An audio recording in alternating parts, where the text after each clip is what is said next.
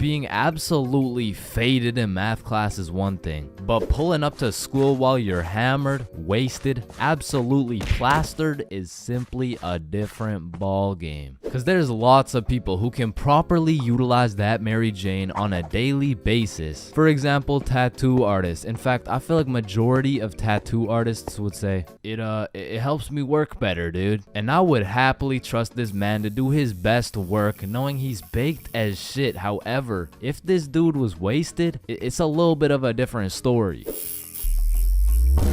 Alrighty, dude. All done. Yo, I asked for a rose, bro. And because of this reason, you would truly have to be a dumbass to go to school drunk. Chains, but the title of the video says going to school drunk. I did, bro. I went to school drunk, but listen, it was no ordinary day at school. No, in fact, I didn't even go in the day at all. I went drunk to the school dance, meaning this story takes place when the boys and I were in grade 11. It was a Thursday night, the night of winter ball, and as the boys and I were getting ready, you know, looking like some distinguished young gentlemen, I had realized, damn, none of us have any girls to take to the dance. Fuck, you're right. That means we're gonna have to ask a girl to dance, bro. What? You mean like talk to them? Yeah, if only we knew someone with a bigger roster than a cheerleading team. Someone with more hoes than a shed. Someone who pulls more tens than EDP. It's Bob. So me and Billy started analyzing Bob. Like how does he pull so many girls, bro? Is it the jawline? I don't know. What about the silky smooth clear skin? Maybe. Or is it those succulent luscious kissable lips? It's the glasses. Yeah. the glasses. Yeah. So we stole Bob's entire flow in the hopes this would put an end to my drought of bitches. So we check ourselves out in the mirror and then we hop into Billy's whip. We throw on some Rihanna to get us hyped, and before we knew it, we had arrived at school. Now to really paint the picture, it was a Thursday at 8 p.m. and on this Thursday at 8 p.m. Billy pops his trunk to pull out 2 bottles of vodka. Now, if you were unaware, it was currently a Thursday at 8 p.m. on a school night, and we were headed into our school. Now logically, I should have simply denied the alcohol, but I'ma keep it a buck. The whole idea of walking up to a girl and asking her to dance was really giving me the heebie-jeebies. I mean, my palms were sweaty, my knees were weak, and arms were heavy, so I took a big old chug of that liquid courage in order to ease the nerves a little bit. And shit, Billy must have been feeling the same way because Billy was down in that shit like it was water. And right after we consumed enough alcohol to kill a baby elephant, I got a notification on my phone. Oh shit, I got an email. Oh, it's from the school. It says, if you come to the winter ball under the influence of alcohol or any drug, you will face suspension and will lose your right to walk across the stage for graduation. Fuck. Okay, listen, if we can get into the dance before this shit hits, we're chilling. All right, we got this. So we walk into the school looking fresh as hell, but then I noticed a fat line of students, and this line led to a security check to get into the dance. Fuck, that's not good. Nah, we're chilling. I still don't even feel anything. What about you? Yeah, same. We're good. And just as we came to the consensus that we were good, the principal starts walking down the line in our direction. Fuck, act cool. We're good. Act cool. That was close. You 3, over here. Shit, fuck, shit. Do you guys know why I called you over here? Nah. Nope. I smelled alcohol the moment I walked past you 3. Now, I don't know if it was one of you or all of you, but you know the consequences of showing up under the influence, right? Yeah, we do. And tell me, is it or is it not suspicious that all 3 of you guys showed up with glasses on? Nah, we just thought it looked suspicious. Take them off. Damn. Yes, sir. And although I downed a sizable amount of vodka, it still hadn't kicked in yet. No, I didn't want to do this to you guys, but look at my finger. This motherfucker starts waving around his magic finger in Billy's face with a flashlight to somehow see if he's drunk. Now, I don't know what the plan was, but I was fucking scared. Okay, he's not bad. Oh, okay, he's good. Now let's see here. And just as this motherfucker puts his finger in my face, that vodka hits, bro. I'm using all the strength I got to keep my balance while I'm getting blinded by this flashlight. Let me try that again.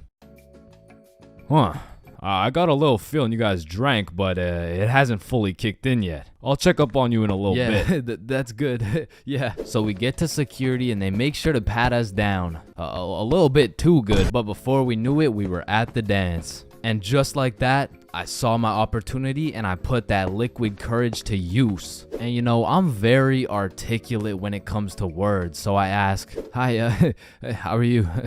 Oh, hey, I'm good. So I wanted to ask you, like, you know, we're at the dance and I saw you, so I walked over here. Here we are, you know what I mean? So like, do you want to dance? Yeah, sure. It had worked. My plan had finally worked. And just as I was about to feel the female touch I'd been deprived of for all these years, I see Mr. Principal walking in my direction with his finger ready and his flashlight in hand. So I just haul ass, and I don't stop hauling ass until I'm off school grounds. So the moral of the story is, don't go to school drunk, bro.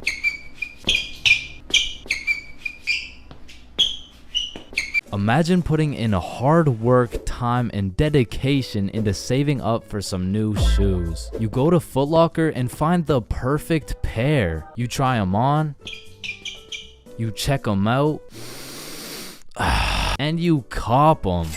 And even though you spent your last $200 on these shoes, you're happy because you feel fresh as fuck and these J's might actually get you some bitches. But as you're leaving the mall, a gang of motherfuckers wearing shiesties take those J's right off your feet, leaving you shoeless, broke, depressed, and with absolutely zero bitches. Now personally, I wouldn't let that slide. However, when I was just a young wholesome boy in 7th grade, I still wouldn't have let that slide. But I was weak as shit, so it would have slid anyway. I mean, in 7th grade, I could have got my ass beat by Hezbollah, bruh. I was a walking lick, which is exactly why I got a story for y'all today. So as I said, this story takes place in 7th grade, where I was young, innocent, and built like a string bean, bro. So one Friday night, me, Bob, and Billy were going to this girl's house for the 3-man mission. The plan was simple. There was 3 of us and 3 of them. We would put on a scary movie, and if everything went to plan, we would get some cheeks. Now, just earlier that day, I had copped some fresh ass Jordans, so I've got a little confidence boost as we walk up to this girl's house. So we knock on the door, they open it, and we go inside. Now we stuck to the plan. We put on some cheesy horror movie, and one thing led to another, and by the end of the movie,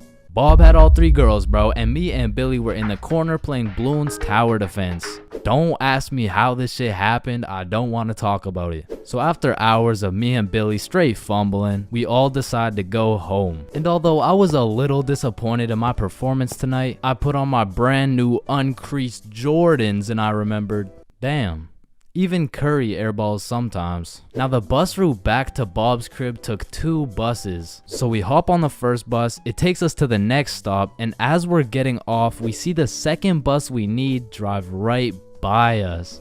Fuck, is that our bus? Damn, yeah it is. Wait, check when the next one comes. Yeah, it shouldn't be long. Damn, bro, the next bus comes in an hour. So we have no choice but to wait at the bus stop for an hour. So we wait, and at this point, it's already getting late. I checked the time, and it's already 11 p.m. As we were sitting there, bored as hell, waiting for this bus to come, one of the other buses stops in front of us to let someone off. The person gets off, and as the bus starts leaving, we hear this loud thud come from the bus. What the hell? What was that? Oh shit, it's a baton.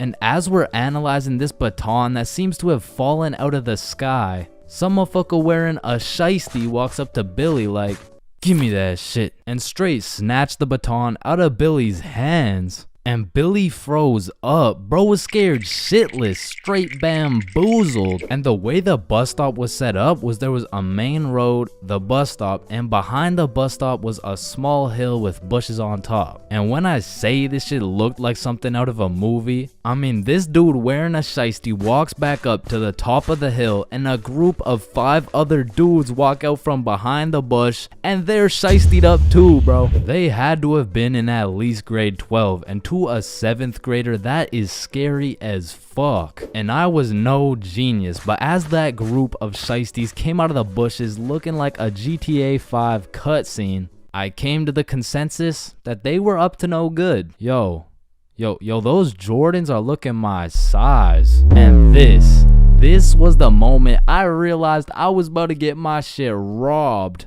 So I started analyzing my surroundings and calculating my options. Maybe I can talk my way out of this. Hey sir, how was your day today? Shut up. I said, what size are the shoes? Damn, I can't fight them. It's a 3-on-5, and they got the high ground, and they got a baton, bro. They would knock my ass out and take the shoes. But I'm fast. So if I take a right, then make a left, there's no way they can catch me. Wait, fuck, I can't run. I'd crease my Jordans. And just as I had ran out of options, Billy says the last words I would expect to come out of this man's mouth. Wait, Ethan? Yo, who the fuck? Oh shit, Billy. Oh, I didn't know it was you, bro. Man, Ethan, you had me scared for a second. Damn, man. My bad, pimp, my bad, my bad. No, you're good. How's your mom doing? Oh, yeah, she's doing good. Yeah, it's great to see you, man. You too, bro. See you around. All right, peace out. Y'all, don't worry. I seen a kid over there with some new forces we could snatch. Oh, yes, sir. Dibs. I bet. Man, he's a good dude. Nah, bro. He just tried to rob me. Who the fuck was that? Oh, that's my longtime homie Ethan. Why do you know him? Oh, yeah. We went to the same preschool. Same preschool? That dude looks 20, bruh. Oh, yeah, no, he is. He just got held back a few times. Held back in preschool? How the fuck do you get held back in preschool? Oh, he used to beat up the other kids and then take their toys. Oh shit. Makes sense. So we bust back to Bob's crib, and as we're walking to Bob's front door, I stepped in mud. As a broke stick man like myself, I spent my fair share of time on the bus. And if you spend a long enough time on the bus, you will see some weird ass shit. I mean, I remember my first time getting on the bus by myself. I was feeling strong and independent. Next thing I know, a crackhead sits down beside me talking about yabba dabba doo. The world is ending, and you're gonna die a painful and lonely death, buddy. And just like that, I went from strong and independent to shitting my pants. Yeah, bro, the bus is just something else. Like 1 in 10 people who enter the bus are straight gremlins, bro. I'm talking about the gremlins who know the perk is fake, but they still pop it. Now you just gotta sit next to this motherfucker for another 30 minutes while he tells you about the kids in his basement. But to be fair, these gremlins aren't even the worst part of the bus. The worst part of the bus is the energy. You walk in there and everyone just stops and looks at you like they're sizing you up or some shit. And you know who sizes you up the most? The fucking goddamn motherfucking bus driver, bro. These bus drivers are just eternally pissed off. Every time I would get off the bus, I would try and cheer bro up, but they're just like allergic to happiness or some shit. Hey, thank you. Have a great day, man. Shut your ugly ass up, little boy. I already know you get no bitches with your big ass forehead, no drip having ass with your skinny ass arms. Boy, you're built like a stick man, bruh. Damn. Hey, bro, there could really only be two reasons why these bus drivers are so mad all the time. Either they had a demon villain origin story where they were abandoned as a child and never shown any form of love until one day. In freshman year of high school, Timmy met Linda. Linda was kind, smart, beautiful, and she paid attention to Timmy when nobody else would. Timmy asked Linda to be his girlfriend, and she said yes. They dated all throughout high school, and they even got into the same university so they could be together forever. Until one day, when Timmy's world was flipped upside down. Timmy found out Tyrone had been laying some mean pipe on Linda this entire time. Everyone in Timmy's school made fun of him. Timmy could not let this slide. So he called out Tyrone to run the ones in front of the entire school. And without a single word, Tyrone winds up and hits Timmy with the meanest left hook any stickman had ever seen, leaving Timmy slept, out cold, unconscious, in front of his classmates, his teachers, and even in front of Linda. Cause shit, if that happened to me, I'd be just as mad as Timmy over here. Now, realistically, the only other reason these drivers are so constantly mad would be because the driver's seat secretly has a stick built in. You see, this would explain why the driver constantly has a stick up his ass. I mean, shit, you really can't even blame him for being mad. But still, I'm gonna blame them, cause I know these motherfuckers get pleasure whenever they see me running at full speed trying to make it to the bus stop in time, cause they start stepping on the gas. Dumbass. To be honest, there's nothing that leaves you more defeated than when you're sprinting to a bus stop, then that shit just cruises on by and everyone on the bus is laughing at you. Damn, honestly at that point, I just give up and go home. But it hits a little bit different when that bus is your only way home. And it was the last bus. Cause it's 2 a.m. And now you gotta bunk up with the gremlins on the side of the street. All because that goddamn bus driver had a stick up his ass. Your very first time buying from the plug. It's a special moment. It marks the beginning of a bond so strong and full of trust that it can only compare to that of your barber. Now, your first time copping from the plug can go many different ways, but my first time took place way back when I was 7. Okay, that's cap, but I was 13. Now, as some 13-year-olds, my homies and I were oblivious of how to get our hands on some sweet, juicy, succulent, magic broccoli. But you know what they say, if there's a will, there's a way. So we did what any 7th grader would do. We searched that shit up on Google. Where do I buy weed? And somehow, one of the first things that came up was some motherfucker on Reddit like, just order a pizza. The pizza delivery guy stands a 78% chance of being baked. Just ask him where to find some gas. Simple as that, man. Yo, Bet. So we call up Little Caesars like, hello, can I get a medium pepperoni pizza, please? Yeah. Yep. I bet. And about 45 minutes later, the doorbell rings. We open the door to see some 48-year-old man who's probably going through his second divorce. Should we ask him? Yo, he does not know where to find that shit. That'll be $13.69. Here you go. All right, have a good day. But wait, do you happen to know where to find some of that good dope? Good dope? Oh, I see what you're saying. If you wanted some ranch dip, just say that. Nah. What he's trying to say here is, do you know where to find some of that good shit? Oh, you want some good shit, huh? You sure won't find it at Little Caesars. This pizza is ass. Go to Pizza Hut or something. Well, shit. What the fuck just happened? Okay, the guy on Reddit said there's a 78% chance. Maybe we just got unlucky with this one. And our dumbasses decide to order from Little Caesars again. That'll be 13. Okay, new plan. Yo, I think I know a guy. So Bob locates a local plug Snapchat. Billy adds him, and bro adds back. So now we've located the plug, but we had no clue on how to go about hitting this man up. Hello, Frederick Gordon Williams. I have reason to believe you are a plug and will be able to sell us some devil's lettuce, as we are minors, currently 13 years old. Just give us your home address and we will skirt and pull up soon. Sincerely, Billy. Instantly blocked, bro. Looking back, we sent the most federal message possible. We hit this man with his government name and asked him for his home address. But we had no clue that was federal. Like, that's peculiar. I wonder why he blocked us. So we did what any 7th grader would do. We searched that shit up on Google. How to hit up the plug. Be simple and forward. Use slang. Act cool. And after conducting a little more research, we were ready to try again. So I added him on my Snapchat. Yo, Big G. Let me cop some of that gas real quick, Chronum. Oh shit, he responded.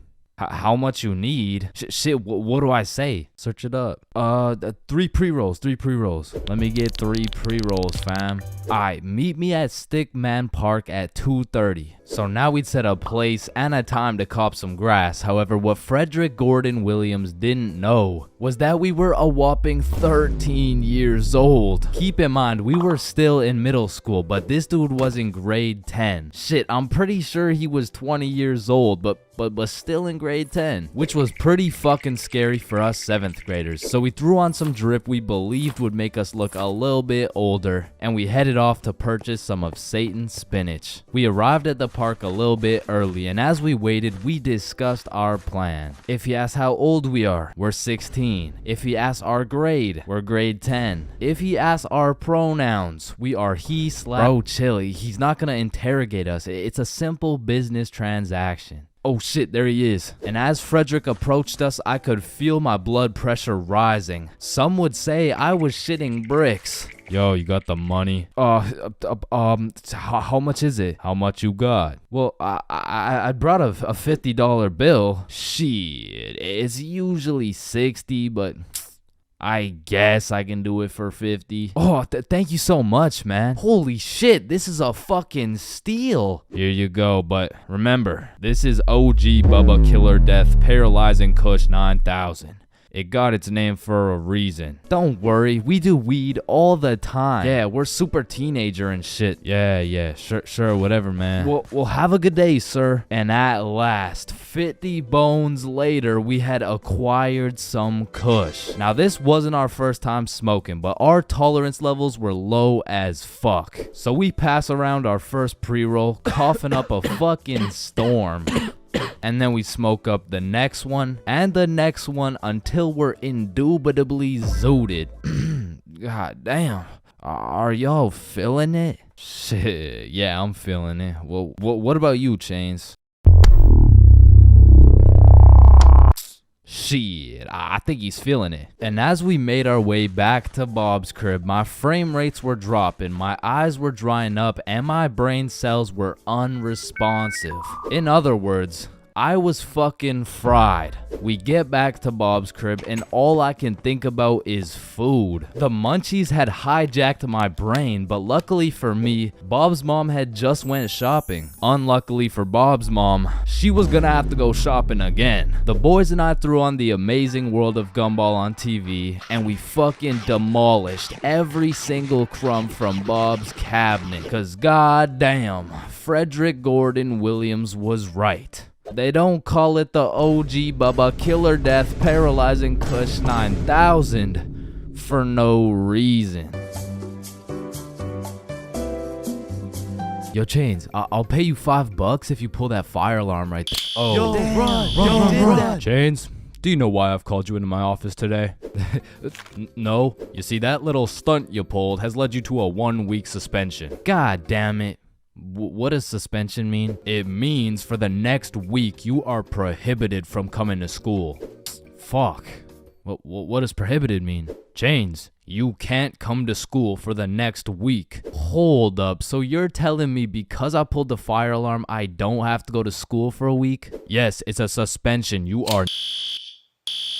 Man, I got a love-hate relationship when it comes to getting suspended from school. Like on one hand, shit, you just don't have to go to school. But on the other hand... Suspended? Oh, I'm about to suspend that ass. Ah, fuck. Ow. Shit.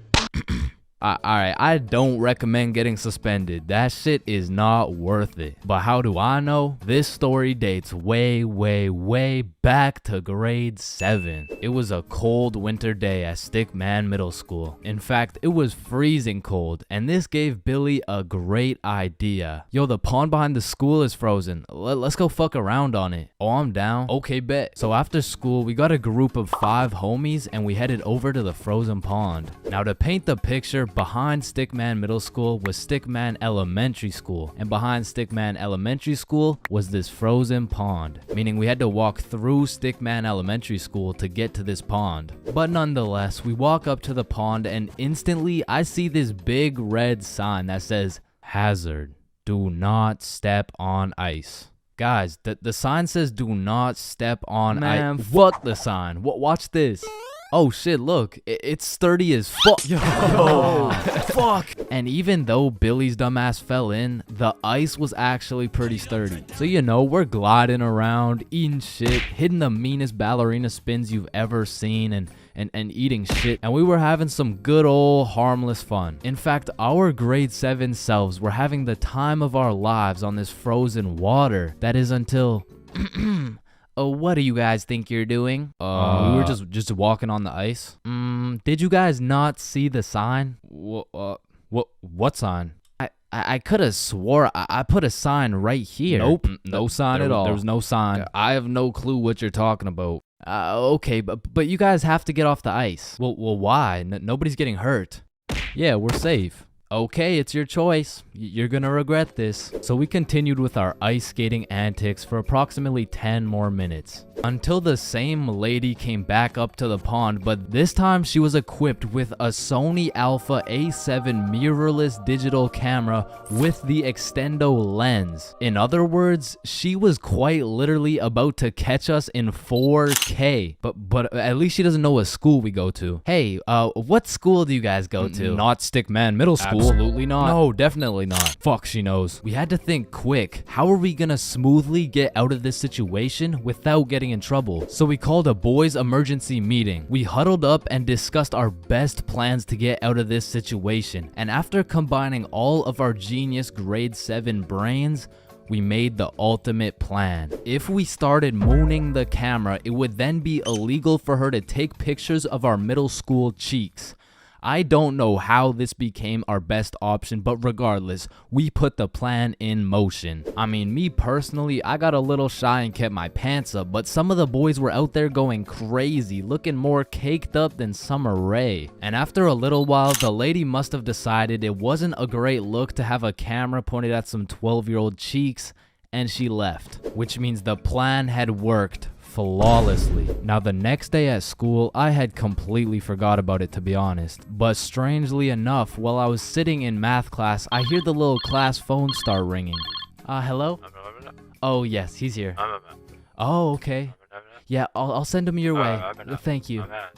Chains, Mr. Principal wants to talk to you. And at this point, I should have picked up on why I was being called to the office, but I had complete faith in our foolproof plan of mooning this stranger that the thought of being in trouble didn't even cross my mind. That was until I walked into the office to see every single one of the boys sitting in Mr. Principal's office. But mama didn't raise a snitch, so we started capping our asses off. So, what did you guys do after school yesterday? Nothing. I played Fortnite. I was doing the homework. Don't play stupid with me. I got a call from Mrs. Principal over at Stickman Elementary. So tell me, what were you doing on the pond yesterday? I wasn't there. It wasn't us. I don't know what you're talking about. I don't even know what a pond is. I see. Well, I've got evidence. And as he shows us this undeniable evidence, you can see this dude Billy's cheeks in the corner of one of the pictures. So I slowly look over at Billy, and he looks over at me.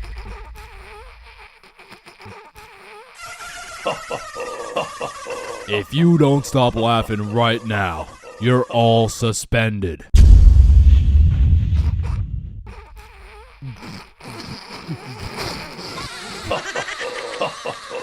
That's it. You're all suspended. And as I explained the situation to my mom, let's just say Mama Chains was not happy. Listen, I know some of y'all have already gone to school high, but for those of you who haven't, don't do it, bro. I only went to school baked one time in my life, and after that experience, I never did it again. So, this story takes place on your average Wednesday. I was still in grade 10 at this point, but I have to note, I was not a super experienced smoker. However, with that being said, I did have some homies in grade 11 that, let's just say, they knew what they were doing. But still, my day started off like your average high schooler. Alarm goes off, hit snooze for 15 minutes, get up, stare at the wall for approximately 10 minutes, shower, eat, and head to school. This particular day, I remember being a little bit anxious because I knew I had to present my speech that I had just written the night before. But English is at the end of the day, I'm chilling for now. Plus, my first class is PE, so you know how it goes. I smoked some kids in dodgeball. I went to my next class, got smoked in math. The bell rings and I dip for lunch. See y'all boys. Yeah, peace out, man. I do. So I link up with the gang for lunch, and we kind of mob around the school for a minute, but we end up just chilling in this forest right outside our school. And this is when one of my experienced friends whips out that Zaza. We'll just call him Jimmy for now. Jimmy just asks everyone, "Are you dudes trying to smoke?" "Yeah, for sure." "Hell yup." "Nah, I'm all good." At first, I was the only person who didn't want to, but as I sat there, feeling the vibes, intaking the positive energy from the surrounding vegetation, I came to the conclusion the vibes were right. It was just me and my trusted homies, secluded in a peaceful area. I mean, what's the worst that could happen, right? And man, when it comes to drinking, I'm a certified heavyweight champion. But for whatever reason, when it came to smoking, I had the tolerance of a newborn baby. But then again, what would I look like taking this lil ass inhale? So I did what any dumbass individual would do. Yo, look at Chains. Yo, chill, dude. Damn. So my friends are low-key hyping me up, and I'm out here thinking, I am such a cool guy. I am literally that guy. I'm literally that guy. But much like everything else, everyone forgot about it in 5 minutes. But I'm still left with all this tetrahydrocannabinol compounds waiting to alter my neural chemistry. So as we're walking back to the school, the THC raids my brain like the FBI. FBI, open up! And I just eat the ground, bro. Had me looking like my controller just disconnected. And my friends just look at each other like, fuck. Maybe you should just go home, bro. Yeah, dude. There's no way you'll be able to go to class like this. So we make our way over to this bench outside, and I'm weighing out my options. I'm trying to find the best scenario to get out of this alive. I narrowed it down to roughly 2 options. I can either go home, get whooped by my mom, and get grounded for another 1.5 years, or I could thug it out, just go to class, running the risk that my teacher might find out I'm baked. So me and my friends are brainstorming, using the good old pros and cons method. Going home. Pros. Cons. I will get whooped. Staying at school. Pros. Cons. I might get whooped. Staying at school it is. The bell rings, my friends wish me good luck, but my next class was science, and I had the #1 homie in that class. Bob. So Bob is just being a W, mans. He's absolutely carrying me in this group science experiment while I'm literally passed out sleeping on the desk. Bell rings, Bob wishes me good luck, and dips. Now I'm all on my own, but I just got 1 more class. I'm almost done. What class do I even have again? Oh yeah, English, right? So I make my way to English, I sit down. Alright, so today we're doing our speeches. And my English teacher was the type of teacher who loves to catch people lacking and just put them on the spot. So of course, he sees me on another planet and decides to call me out. Chains, how about you go first? I'm not prepared. Just get up there, bud. Okay. Alright, whenever you're ready. Chains, you can start now. Okay. So my speech, it's about the topic of the speech. It's dinosaurs. So Tyrannosaurus Rex has short arms. Yeah, Chains, don't worry about it. You can sit down. You could just go tomorrow. It's all right. Thank you. Thank you. Yeah, man, this is why you don't show up to school high, bro. Damn, light bulbs were such a good idea that they became the symbol for good ideas. God damn, I just spilled my water. What? Why does water make clothes darker if water is clear? What the fuck? Yo, there's two guys coming. On me. Oh, I clapped his ass. Yo, Billy. Yeah, what's up? You see that lamp right there? Yeah. What about it? That lamp in the video game uses real life electricity. Whoa. You know what I just realized? When a morgue worker dies, he still goes into work the next day. Bro, how could he go to work? He's dead. Oh shit. Oh, whoops. Just dropped the soap. Wait, when you drop the soap, does the soap get dirty or does the floor get clean? Wait, guys. Since I'm alone, I'm the only person in the world to ever see this peanut. Nah, I saw it too. Who the fuck are you? Yo, when did you get so much money? Man, it's the money my grandma inherited me before she died. Yo, that's low key like when your homie dies in Fortnite and you pick up his loot. Come on, bro, my grandma's dead. Not cool. You right, my bad. Man, imagine the guy that discovered milk and think about him convincing someone else to drink it. You did what to the cow? No, trust me, it's good, just drink it. Wait, you drink it too? Yeah, it's really good, look. Aw, hell nah. Damn, bro, mosquitoes are some brave creatures, considering those jits got 1 HP. Facts. Yo, Chains, you need your parachute to skydive. No, you don't. You just need a parachute to skydive twice. No, Chains. Well, what the fuck? Why did you just break my mirror? Well, actually, mirrors don't break. They simply multiply. Oh. Damn, bro. We're all just some walking nut for real. Facts. Damn, for real. It's crazy. It's true though. Oh shit. I'm on fire. If you really think about it, you're not on fire. Fire is on you. Call the fire truck. Wait a minute. A fire truck is actually a water truck. Oh, god damn, just call the truck. Jesus. Bro, I was on fire. Why didn't you just call the fire truck? First of all, you weren't on fire. The fire was on you. Second of all, it's a water truck. Bro, I got the munchies. We should cook some cookies or something. Nah, you don't cook cookies. You bake them. What? Then why are they called cookies? Shit, I don't know. Cookies are just cookies. No, that's like saying you cook bacon instead of baking it. Well, actually, you do. What the fuck? Bro, what keeps the hot dog in like hot dog shape? It's like meat inside some animal intestine casing or some shit. Okay, so it's hot dog meat inside animal casing, right? Yeah.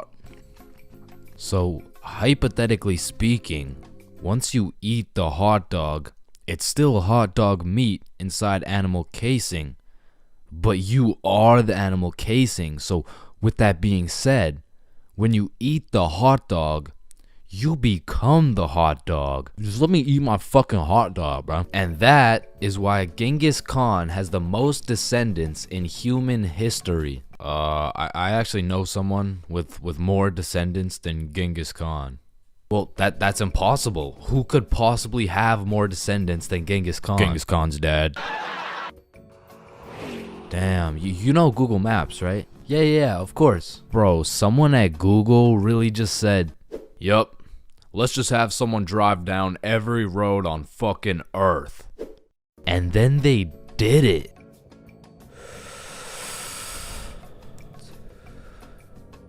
You know how concrete and glass are both made out of sand? Yeah, what about it? So if concrete and glass are both made out of sand, does that make skyscrapers just really big sand castles? Yo! How tall is the tallest person in the world? I don't know. Let me check. God damn, he's 8'1". Holy, you know what I'm thinking? Yeah, imagine getting railed by this absolute. No, I was thinking at one point the tallest person has experienced the height of everyone else in the entire world. Holy shit. Paper has 6 sides. Shh. Like we're really just some talking nut for real. Facts. No cap. Damn. Just some breathing semen for real. That's crazy. For real. So Facts. true. Damn. True. For real. Hey little man, what do you want to be when you're older? I want to be a doctor and cure aging and all the diseases. Well, if one day we cure all the aging and all the diseases, then we will all die painful and horrible deaths. I still don't understand why it's a chair. It just doesn't make any sense. Yo, you know what I just realized? What?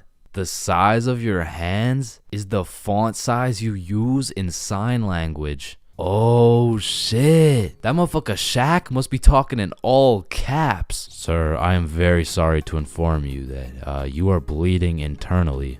Wait, I'm bleeding internally? Yes, we will need an immediate operation, and we will have to. Oh, no. It's all good. Internally, that's where the blood's supposed to be. No, sir. Where are you going? This is an urgent matter. Get back here. You're in critical condition right now. Yo, can you pass the Apple charger really quick? Yeah, for sure. Yo, what if Apple chargers were called apple juice? Whoa. Damn. Yo. Apple juice? Bro. You know what I just realized? You can drink a drink, but you can't food a food. Nah, that one was ass. Yeah, you right. Like, I mean, we're literally just semen that can talk. So true. Facts. That's Facts. so crazy. For real. Yo, when you put your socks on inside out, the entire universe is wearing your socks, except you. Fuck. Yo, look, it's a unicorn. Damn, it's got a really unique horn. Unique horn? Unicorn. Unique horn. Unicorn. Unicorn. Unique horn. Unique horn. Unique horn.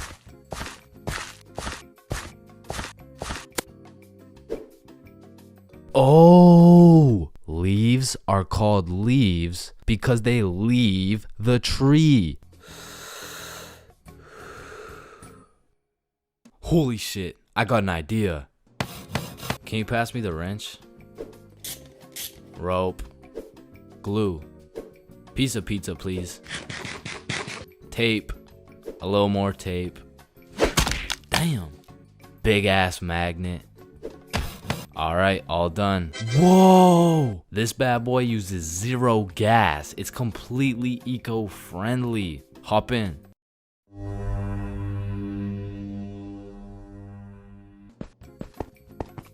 Oh shit, there's a penny. Bro, there's no point in picking up a penny. It's literally worth 1 cent. How much do you make working at Wendy's? 15 an hour? Oh, okay. So you see, there are 3,600 seconds in an hour, and because you make $15 an hour, that is exactly 0.416 pennies per second. So with this being said, the second it takes to pick up this penny off the ground is a net positive outcome. Oh, okay.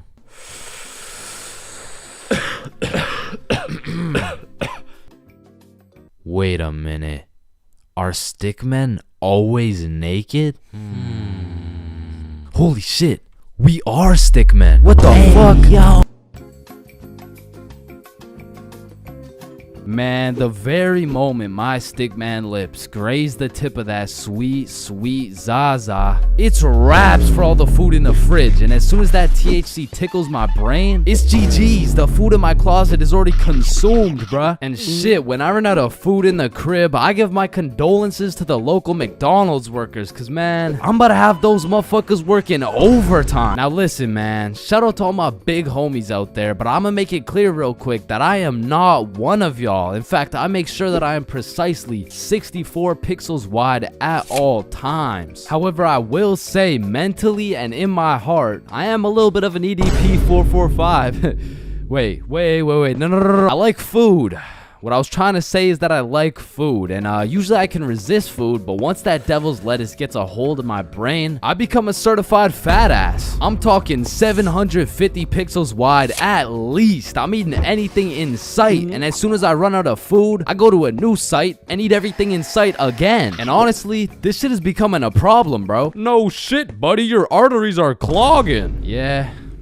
And your blood pressure is through the roof. Yeah, that too. And you're developing type 7 diabetes. Whoa, type 7? I thought there was only 2 types. There was, until your fat ass decided to eat 87 ice cream sandwiches. How the fuck do you stomach 87 ice cream sandwiches? Anyways, man, the munchies are lit, bro, because it's the only time you can truly taste each individual atom as it hits your tongue. Like eating some good food while high is like a meditation, bro. Like when you're zooted munching on some Doritos and you start closing your eyes, shit, you might just fuck around and become the Dorito. Now, this happens to me on a routinely basis, and as heavenly as that experience is, I must warn you, when you come out of your Dorito coma, you will be at least 5 bags deep in that motherfucker, and your hands may never be the same. Man, I'm still trying to recover to this day.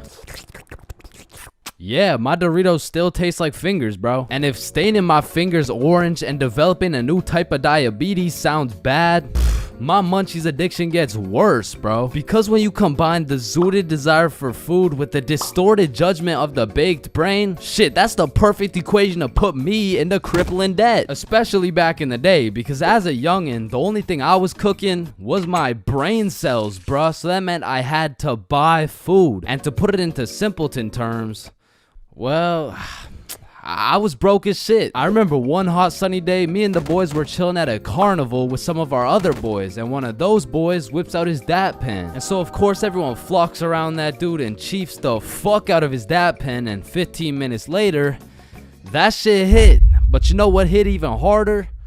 The goddamn munchies. And so there I was, walking around the carnival, absolutely blasted with $50 to my name, looking for something to eat. And don't get me wrong, the carnival had lots of options, but they were really taxing out here, and for a dude with 50 bones to his name, I needed to find the most bang for my buck. And there I saw it. It was beautiful, a pink ice cream truck glistening in the summer sun. So you know I had to hop in line, and as I'm waiting in this line, the dude in front of me turns around around and he's like, damn, bro, you look high as giraffe balls, dude. What? Me? Nah, what? Me? No. Hey, don't worry, dude. I am too. Oh, shit. So me and my newfound homie are just chopping it up, talking about how sensational this ice cream is about to be, and soon enough, it was the homie's turn to order. Yo, dude, let me borrow one of those cookie dough ice cream cones. Alrighty, here you go. That'll be $12. $12, bro. That's like half my net worth. Trust me, it's worth it, dude. Yo, let me get a cookie cone. All right, cookies and cream, here you go. And as I licked that thing, man, that shit was sensational as fuck. But as I turned around, I seen the baked homie step into a pothole and absolutely fumble his ice cream cone. And I'm not gonna lie, that was some of the saddest shit I ever seen. So I go walk over to give him some of mine. Hey man, you want some cookies and cream? Oh shit, thank you, man. Bro, did you just drop both of our $12 ice cream cones? Fuck. Then we were back in line like nothing ever happened. But man, waiting in that sun, my mouth was parched and my eyes were dry. And by the time we made it to the end of the line, I was looking like dried up SpongeBob, bro. Hey, it's you again. Can I get the cookie cone, the cream, the one with the cream? Yeah. And at last, after dropping half my net worth on ice cream, I took a big bite of that ice cream cone and man, I felt every sugar granule, every atom, every proton and electron contained within that bite. And for the time being, the munchies were cured. Getting zooted is a remarkable experience. However, the moment you step into a public setting, everything changes. I mean, being baked in public is the equivalent of trying to run track with clown shoes on. It's the equivalent of being an astronaut in the ocean. It's like bringing a sword to a gunfight. And trust me, I've been caught lacking baked beyond belief on several occasions. That is, until I learned the art of pretending you're not zooted. So the first order of business is covering up that dank smell. Cause shit, you and I both know if you get caught reeking of that sweet smell of Mary Jane, your cover's blown. So take some Axe, some cologne, some goddamn Febreze and just douse yourself. And just when you think you put too much, spray some more, bro. And although all this Axe is gonna have you smelling like a frat boy, it is crucial that we avoid the following scenario at all costs. You get some of this. Nice. Yo, do you think you can still smell it? Nah, dude, I can't smell it at all. What about me? Shit, it's like we didn't even smoke. But truth be told, both of these motherfuckers smell like weed, bro. The next order of business is those goddamn bloodshot eyes. I'm not gonna lie. Those eyes of yours are a dead giveaway, bro. I mean, you look fucking obliterated. Like, go look in the mirror. What the hell? Yeah, we're gonna need some eye drops real quick. Just a few drops here. You know what I'm saying? A few drops here. Yup. Yeah, that's a lot better. But you know what? For a little safety measure, throw these hoes on. Damn. Now you're looking sober and fresh as fuck. But how are you feeling? Your mouth's a little dry, huh? Well, I got just the thing for you. You see this? Yeah, shit's called water. It's gonna help you with that cotton mouth and it'll keep you hydrated. Yeah, that's some good old H2O. Nice. Yeah, now go take a look in the mirror. Yeah, you're looking good. But before you go outside, we gotta go over some of the basic principles of pretending you're not faded. Number 1 is no rambling. Talking too much can be a slippery slope, which will ultimately compromise the mission. Yo, Chains, what time is it? It's 107. 107? Wait. Bro, 107 isn't how the time. How did the first person make the clock even know what time it was? What is this dude talking about? Did they just randomly decide and, just start running with it? Hold up. Chains is baked as hell. No. And principle number 2, don't talk too little. Although talking too much can sell the mission, so can talking too little. Hi there, what can I get for you? Sir, what do you want? Hello, welcome to McDonald's. What the fuck do you want, bitch? Yeah, we got a customer who's on fucking Mars. And last but of course not least is the golden rule for pretending you're not zooted. Just say you're tired, bro. It's undefeated. It works like a fucking charm. It hasn't failed you yet. Failed him yet. Chains, have you been smoking the devil's lettuce? Nah, I'm just tired. Oh, okay. Hey, were you just smoking in the bathroom? Nah, I'm just really tired. Oh, okay. My fault. So you're telling me you've been found driving with a joint in your mouth, 3 ounces of weed, and you failed the drug test? Objection, Your Honor. My client here, he was tired. Innocent. He's proven innocent. He's good. So with all this being said, I think you're ready to go out. Well, where are you going anyways? What, you're going to your grandma's 89th birthday? Ah, shit. Good luck with that, man.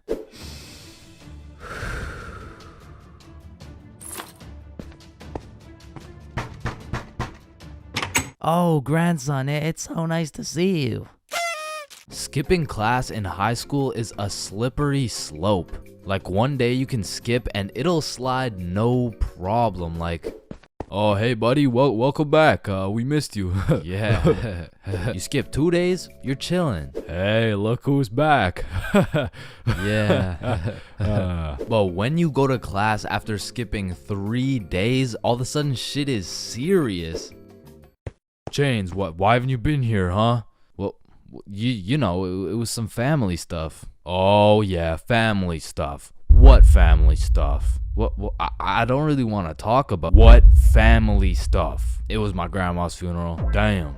But that is no reason to miss a test. And Lord forbid, if you miss a whole week, the school board turns into the FBI. Like during the whole pandemic, one of my homies refused to go to any online classes. And one day he was enjoying his extended vacation while smoking up outside his crib. Next thing he knows, he's making direct eye contact with his science teacher while smoking grass. And because they started going FBI mode when you skip your classes, the homies discovered a top secret method so we could skip classes with 0 consequences. So when you would skip a class, the teachers would instantly hop on their laptops and whip up an email along the lines of, Mrs. For Real, are you aware that your son Chains has missed his science class today? If this is continued, Chains' grade will continue to drop, which might ultimately lead to him failing my class. Mr. Perkinson. Now, Mr. Perkinson would write these emails with the hopes of my mom reading them and then beating my ass. When it really went like, my mom would read it and she would politely ask me how my science class was today. I would cap my ass off and then she would proceed to beat my ass. And one day after I got my shit whooped, I was talking to the homie Bob. Yo, we're going to Chipotle next class. You trying to come? Man, I don't know. I'm getting real tired of these ass whoopings, bro. Ass whoopings? You're getting ass whoopings? Yeah, bro. Mr. Perk never fails to type up an email that results in the leather belt. Oh, what? Nobody ever told you about the secret method? Secret method? Oh, you mean like wearing extra pants so the belt doesn't hit so hard? No, I'm talking about the secret method so Mr. Perkinsons can't email your mom.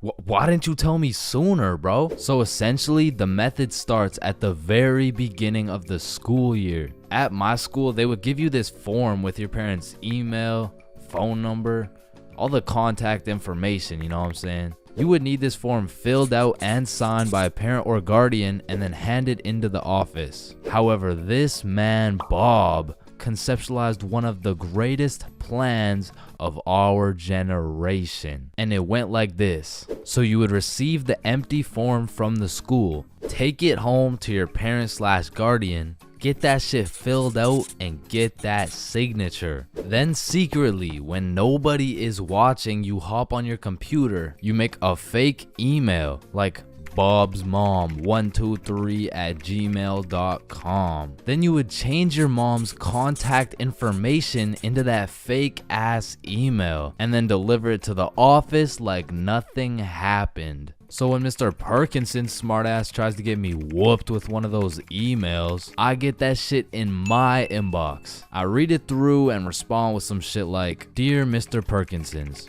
thank you very much for bringing this to my attention. I was unaware of my son's absence in pursuing his educational prowess.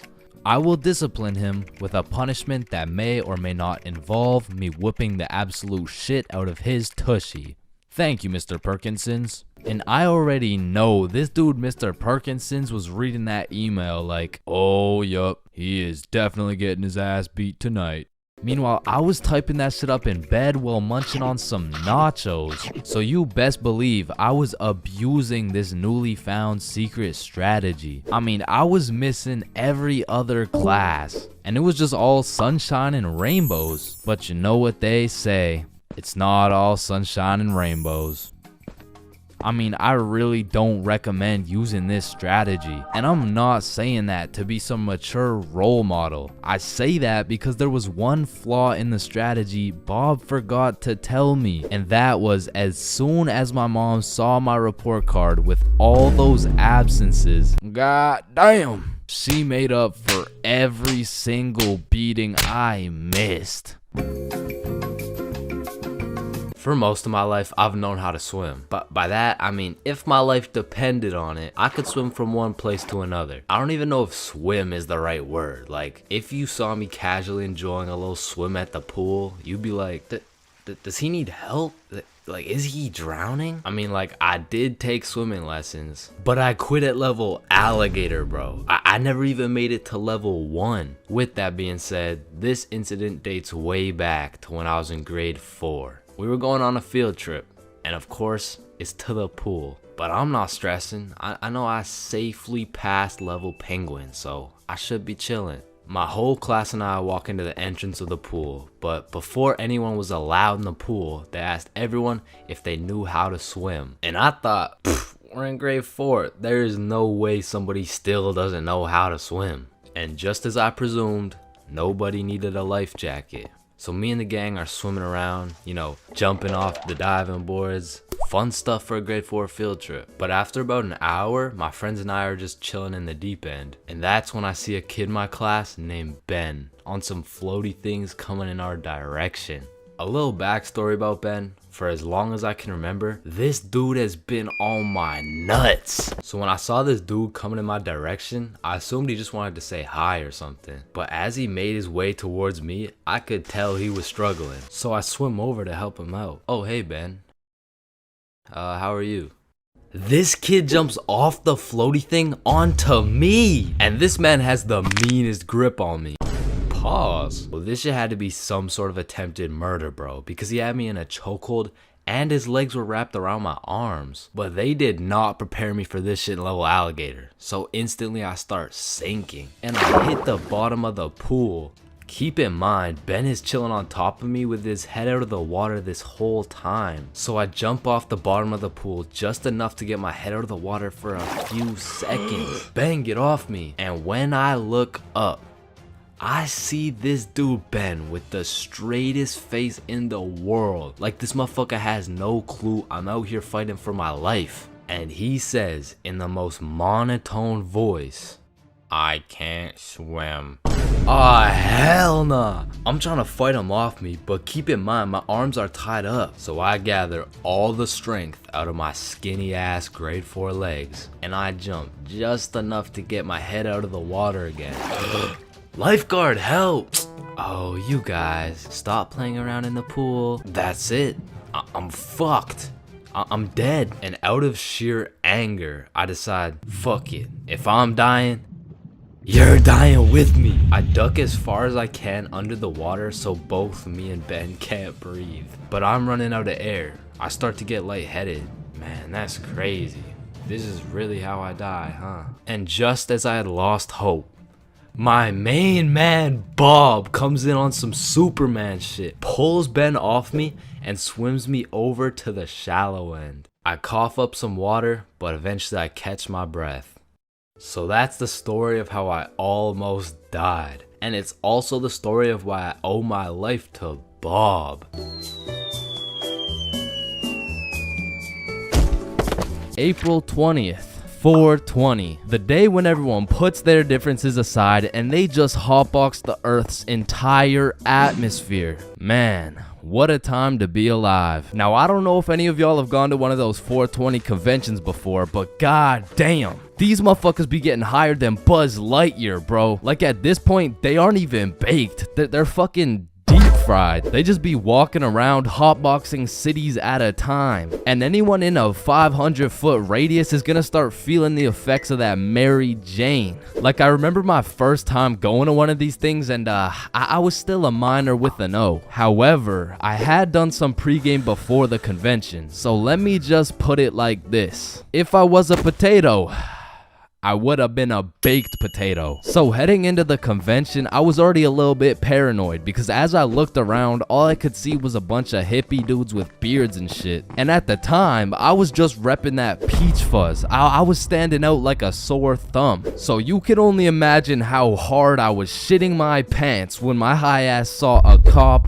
walking in my direction. I instantly started brainstorming how I was gonna outmaneuver this cop so he doesn't send my ass to jail. So boom, busted a right, dropped the shoulder, hit a left, and I ran into this crowd of people. And I don't know about y'all, but for me, whenever something remotely scary happens while I'm zooted, I'm gonna be paranoid for the rest of my high. So in my high ass brain, I'm like a wanted criminal. I got 5 stars right now. So I'm out here constantly scanning the area for 12, right? But I start to make some notable observations. I realize half these motherfuckers are wearing sunglasses and it's not even sunny. Like, how the fuck did I miss the memo this bad? But luckily for me, there's hundreds of dudes selling overpriced random ass shit. So it really didn't take long for me to find a dude selling sunglasses. And even though it was 25 bones for these shitty ass sunglasses, I still cop them so I can hide my identity. And of course, the glasses have the devil's lettuce plastered all over them, but I'm El Chapo level wanted at this point. So I'm doing anything I can to hide my identity, including dropping my life savings on these dog shit glasses. So I'm out here pushing through these groups of people, but I'm keeping it low key. And as I'm scanning to the right of me and to the left of me, my dumbass pretty much walks right up to a cop. And the moment I realized that homie was right in front of me looking at me,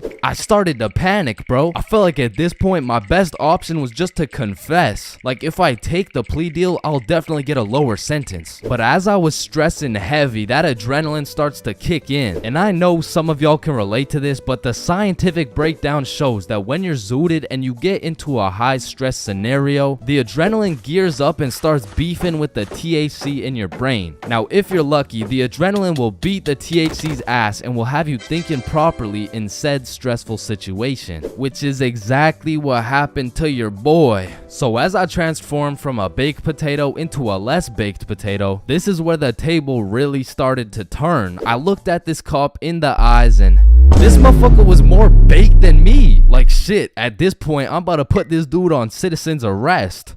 Officer, are you baked right now? No, there's a sorry, there seems to be a lot of cannabis in the air right now, and so it's like this poor officer probably had to pull an 8-hour shift in the world's biggest hotbox while trying to do his job. And needless to say, after realizing the officers were faded than a hoe, I had no problem walking around with my peach fuzz mustache smoking on that Mary Jane. okay. Okay. Oh yeah, baby, let's go. Yeah, let's go! Now, I don't know why, but there's just some things we all did as kids. And it's not like any of these things actually make sense, but we just did them. Like, did you even have a childhood if you never dug a hole to China? Timmy, we're almost there. Yay, just 2 more minutes. I mean, kids are just some dumbasses, bro. Like, who's gonna tell little Timmy he's not digging through the Earth's core with this little rinky-dink ass shovel? But to be completely honest, out of all these dumbasses, I was probably the stupidest kid known to man. Like, I remember when I was 5 and I was taking my annual shower, you know, and all of a sudden I had realized I was a fucking superhero. It was just the way the water was flowing out of my fingertips. It was like nothing I'd ever seen before. And I was fucking hyped. I mean, from this point on, my new name was Waterboy. Wow. I was pretty fucking stupid, but not everything I did as a kid was completely impractical. For example, I know you used to run up the stairs on all fours, bro. Like, this was just the most efficient way to get from point A to point B. I used to feel like a fucking cheetah going up those stairs. In fact, going up the stairs in this manner was so efficient, I asked myself, well, why don't people go down the stairs like this? And shit, I figured out why. Or bro, on a hot summer day, I would wait for my mom to whip out the fan. And as soon as she turned that bitch on, me and my brother would turn into the Migos. We were dropping hit after hit. Like we were spending so much time talking into this fan, our mom was a little concerned. Raindrop, drip, drop top, smoking no cookie in a hot box, cookie, fucking on your bitch, yeah, dot, cooking up dope in a crock pot. Hey guys, you've been there for 6 hours. I think it's time. Ma, let them cook. Bad and bougie. Cooking up dope with the Uzi. Hey. And speaking of cooking, when Mama Chains would whip up some good old craft dinner, I had no choice but to put a piece of KD on each prong of the fork. Like, that shit just simply tasted better, bro. Or whenever I was walking on a sidewalk, I would strategically plan out each footstep to make sure I was not stepping on a crack. Now, the funny thing about this one is I still do that shit. And I know some of y'all are gonna think I'm weird for that, but riddle me this. Who's gonna be laughing when your mom's in the ER with a broken back, bitch? Now, I feel like at one point or another in your life, you just had to check if the fridge light stayed on when you close it. It's really just a part of growing up. Like, one day you'll go grab some milk for your Honey Nut Cheerios and you'll be like, hey, wait a minute. Or what about when you were bored in the car and you start doing parkour with your fingers to the window? I used to hit some crazy combos and then I would go to finish it off with a backflip. Or have you ever fucked around in the living room and you broke a vase or some shit? Whoops. You know, you get a timeout or you receive a little whooping. Now, coming out fresh off that whooping, this shit could only go one of two ways. Either you bawl your eyes out and play with this fucking thing for hours, or you would plan to run away, bro. That was it. That was your only options. And I had a few of those moments where I was ready to dip. I would pack an apple and my trusty Minecraft sword for the trials and tribulations to come. And then I would look my sweet mother in the eyes and realize, shit, she's making mac and cheese tonight. I can't leave yet. And you have simply not lived if you never hid a DS under your pillow at night. Like for me, the Mario grind was 24/7. There was no sleeping. But I'm not gonna lie, I had some close calls trying to pull that shit off. Good night, Chains. Sweet dreams. Good night, Ma. Love you. Love you too.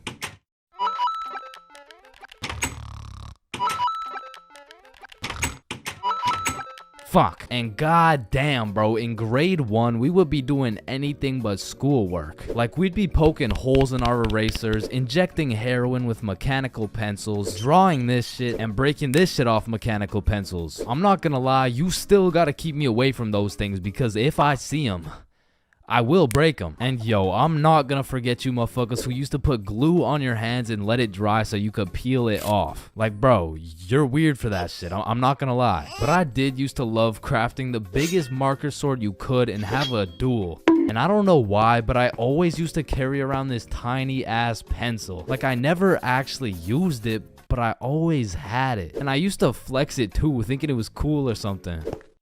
Yo, shorty. Take a look at my pencil. Oh my god, why is it so tiny? Tiny? It's not that small. And bro, tell me as a kid that you never had the random urge to just do this shit. And you just stay there. I don't know why. And I'm not gonna lie, I have to contribute my entire professional stickman career to drawing on the windows as a kid. Like, Mini Chains was whipping up some masterpieces. They were on some Picasso level shit, which is exactly why you see this high quality stickman content. Getting too high and ordering Chinese food 3 times because you keep forgetting you ordered it is one thing. But being too high in public is just one situation you don't want to be in. Like, when you're too high in public, it feels like there's always a spotlight on you. And that all these random people you walk by are staring you down. But whatever you do, you can't make eye contact with anyone, or else that person will snatch your soul. If anyone else gets paranoid when they get high, then I know you can relate. I'll be out here fighting demons trying to walk to the gas station like, okay, relax, you're gonna be okay. The gas station is right there. Holy shit, it's the cops. They're after me. Man, something in that gas smokes away all your logic and reasoning. Like, it'll have me jumping from conclusion to conclusion like I'm playing Mario. Did that girl just look at me? Shit, she must think I'm sexy. Wait, no. She knows I'm high. Holy shit, she's probably an undercover FBI agent. She's getting back up as I speak. I gotta get the fuck out of here. And sometimes when you're schmacked in a public setting, you're just forced to talk to people. Don't make eye contact. Don't make eye contact. Hey man, do you know where the Walmart is around here? Wait, fuck. What did he say? He probably just asked how I was doing. Oh, I'm good. How are you? I'm good, but do you know where the Walmart is? Oh, yep. Yeah, I'm good. Thanks for asking. Phew, good thing I played that one off. Or I mean, you could always just take the good old safe route. Hey man, do you know where the Walmart? When you get way too baked in public, you also feel super self-conscious about everything. Am I walking weird? How do I even normally walk? Why am I walking like I just shit my pants? Okay, this feels pretty normal. Wait, am I even breathing right? Fuck, now I just turned on manual breathing. Roaming the streets while baked, you'll come across lots of people. But there's just some unspoken connection between two high people. Like, no words have to be said. You see that his eyes are red, and he sees that your eyes are red. You dap each other up out of respect, and you keep it pushing. Now, when you're baked as hell in public, but you're with a group of people who are just as baked as you, it's a lot easier to relax. Because the simple thought that these people look just as stupid as I do. And honestly, at that point, you can just embrace it. Because you're no longer baked, alone, and afraid anymore. Now you can speak your truth. Hey man, do you know where the Walmart? Hey bro, I'ma stop you right there. I am fucking baked. And therefore I cannot help you locate anything you may be looking for. And listen, being baked and Mickey D's go hand in hand. The problem is, you have to actually talk to the McDonald's guy to get your food. Like, when I'm baked, I just don't have the brain capacity to communicate what I'm thinking. Shit, I'm probably gonna get a Big Mac. Hi there, what can I get for you? Do you guys have burgers? No shit, we got burgers. Yeah, then let me get the burger, you know, like with the things, the you know what I'm saying, like that, yeah. Damn, you are fucking stupid, bro. And we already know being zooted at school can either be a rather delightful experience, or it could be completely and utterly terrible. Once again, if you tend to get paranoid when you're high, being at school has to be one of the worst places to be. You'll be out here ducking and dodging the teachers, absolutely shitting the bed on all your tests, and it's just overall gonna be a stressful ass experience. But on the other hand, if you get much more relaxed when you're high, then you get a nice little mood boost. You walk around with your head up and that baked grin on your face. Shit, this was never me, but I know some motherfuckers magically get a better mark on their tests when they're faded. Overall, you're just kinda living life stress-free. I mean, these two experiences are pretty much complete opposites. So I'm not trying to say being baked in public is always going to be a bad experience, but for me, I'd much rather accidentally place 3 orders of Chinese food from the comfort of my own home. So, 50,000 word essay, 3 worksheets, pages 5, 6, 9, 273, 655 in your workbook, and you'll need to make a TED talk you'll present in front of the whole school. What do you want, Chains? Well, how much time do we have? Everything needs to be handed in at 12 p.m. on Thursday, or you'll get a 0. Wait, Mr. Cumminson, that's in 2 minutes. Actually, it's 1 minute now. Any other questions? Yeah, can I go to the bathroom? Fuck no. Sit down, Jeremy. Oh, okay. Man, imagine being a high school teacher, bro. Like, as soon as you hit the ripe age of 5 years old, they throw your ass into school, and you just don't make it out until you're like fucking 65. And when I was younger, I always used to wonder, like, Why is Mr. Cummingson so angry all the time? But as I got older, I realized I would be pretty fucking pissed if I was in the exact same spot I was 40 goddamn years ago. Which brings me to the first type of high school teacher, Mr. Angerson. This is the type of motherfucker whose wife divorced him 7 years ago, and he takes his heartbreak out on the students. What was that? Oh, nothing. I just had to sneeze. Oh, so you think it's okay to just sneeze in my classroom now, huh? Well, no, I just needed to sneeze. What if I just broke into your house and started sneezing on shit, huh? Well, no, that's just... Matter of fact, get your ass up here. Yo, this isn't the 1950s. You can't just... Linda, come back, please. Now, I don't know how Mr. Angerson continues to keep his job, but it feels like this dude's mission is to ruin the day of every student that walks into his class. Like, he'll be putting in extra effort into his tests to make them as confusing as possible. The type of motherfucker to make a multiple choice test with the first 4 letters all as A. Bro will have me changing the correct answers into the ABCD strategy. Next up, we got Mrs. Talkinson. Some teachers really just don't give a fuck about teaching, bro. I mean, Miss Talkinson over here, she really just wants someone to talk to for real. And that's when Franklin D. Roosevelt became president. You know, actually in high school, I had a friend named Franklin. He was a really nice guy. We used to go to the movies together and stuff, and then he went to jail for multiple hate crimes. Like, by the end of the class, you'll know her home life, her family, how she takes her anger out on her children. So me and my classmates would recognize the fact that if we could just keep Miss Talkinson talking, we wouldn't have to do shit all class. So in 1938, Germany invaded Austria.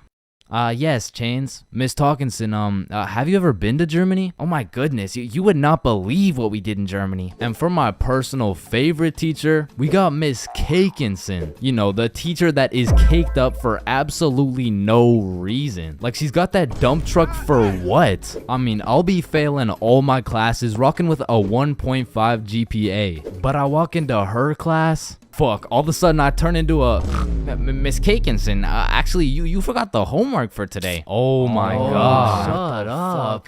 Oh, I thank you, Chains. I almost forgot. You're welcome, Miss Cakinson. All my homework is done. All my tests are aced. And at any given chance... Oh, shoot. My computer isn't working. Does anyone know? What do you need, Miss Cakinson? And I'm there. Miss Cakinson, if you're watching this, just give me a chance, please. And next, you know we got Mr. Questionable. Ensign. Now I know what you're thinking. Bro's name is a little bit of a mouthful, and that's because he may or may not have a mouthful of little boys.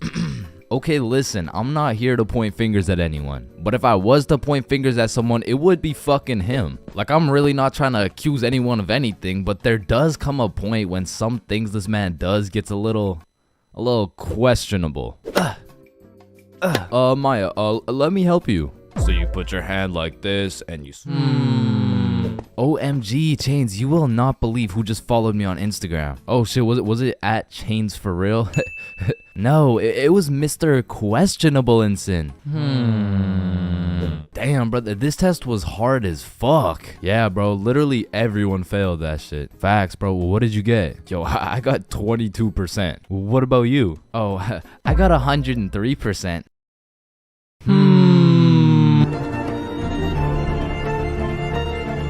Everyone experiences being drunk differently, and it can change from time to time as well.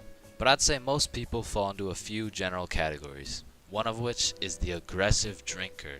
These people have to have pent up and saved anger for years. They just decide to let it all loose when they take a sip of alcohol. I feel like they might even just be using drinking as an excuse to sock someone in the face. And the main problem with aggressive drinkers is there's always at least one of them at every function.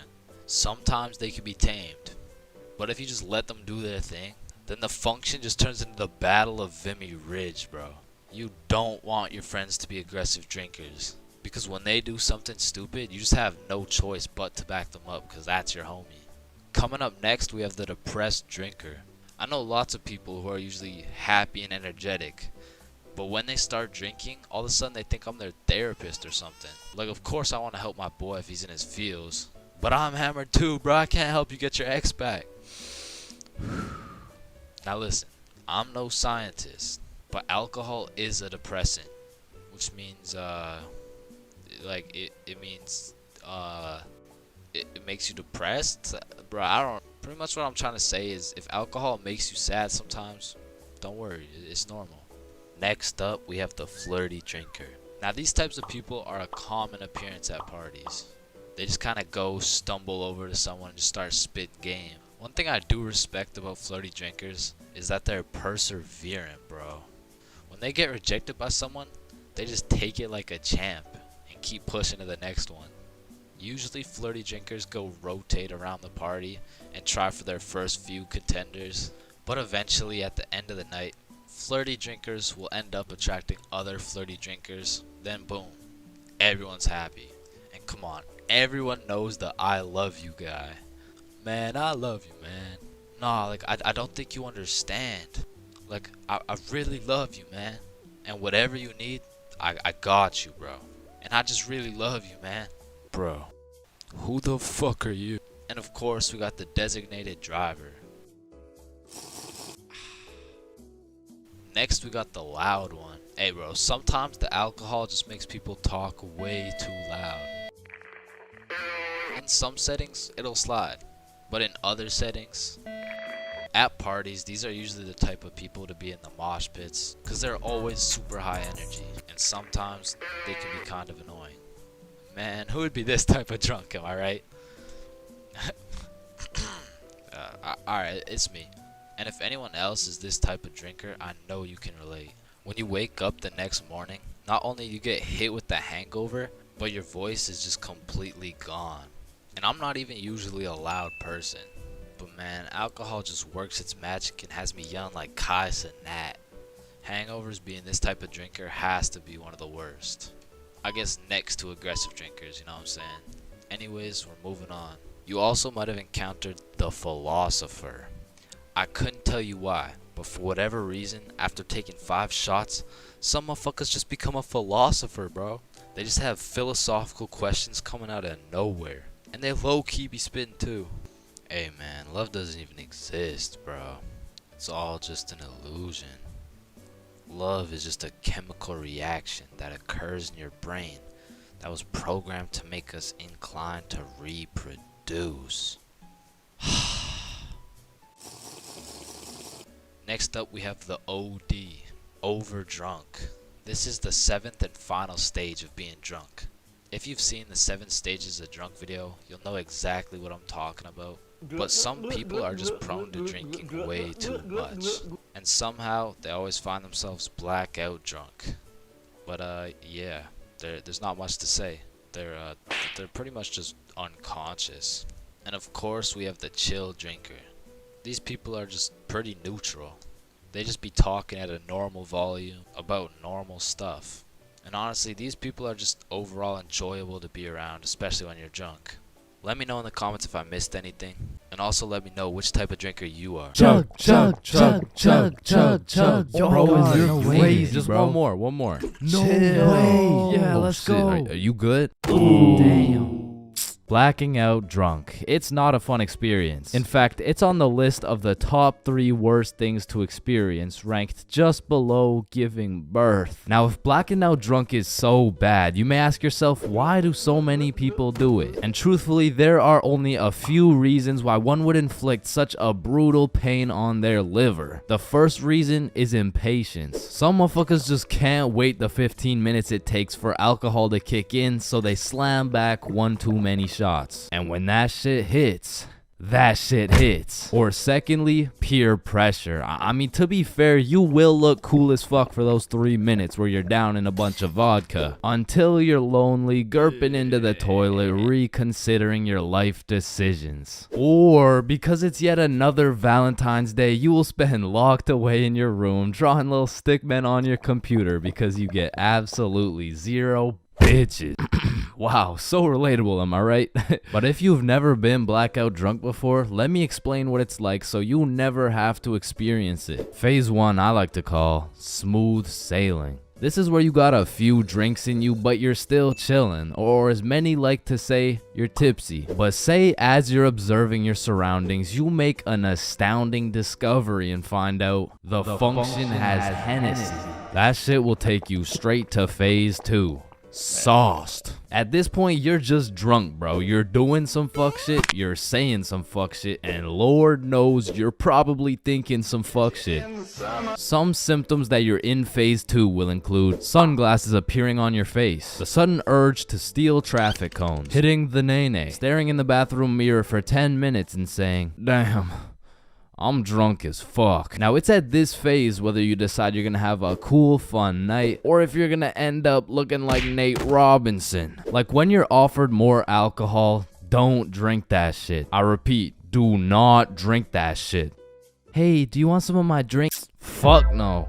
Do you want a sip of my— Aw, shit. You done fucked up. That's the type of shit that will have you in phase 3, which I like to call, shit, I don't feel so good. Ugh. As you can tell by the name, this is where shit starts to go downhill. You go from having a jolly old time to quivering on the floor with your liver fighting for its life. And this is the moment when your memory starts cutting out. You can remember some things here and there, but half of the night simply vanishes. And to be honest, that's gotta be for the better, bro, because I don't know if you wanna remember the pain of being in the downwards dog position while vomiting your guts out. It's not a fond memory. But to get to phase 4, god damn, the function would have to have a lot of fucking Hennessy. In order to get this drunk, you gotta be going through some shit. You gotta be in Spain without the S. You gotta be in Champagne without the sham. You gotta be going through some cock and ball torture without the cock and ball part. Or you gotta make a pretty big miscalculation, bro. Either way,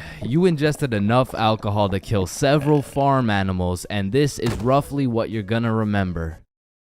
Nothing, bro. You're not gonna remember jack shit. Pretty much 30 seconds after laying eyes on that juicy bottle of Hennessy, you teleported into your bed with a crazy headache and no recollection of what the fuck just happened, which takes you straight into stage 5. Grief. You go on your phone to ask the homies what happened last night, and the very first thing you see in the group chat leaves you frightened, appalled, in disbelief. You thought I was feeling you? No. That nigga munchies. Now, I don't know what gremlin takes over your body when you're blackout drunk, but there is no reason I should be throwing my shit back like Ice Spice. Well, on video. Like, it's cool behind closed doors and all, but in public?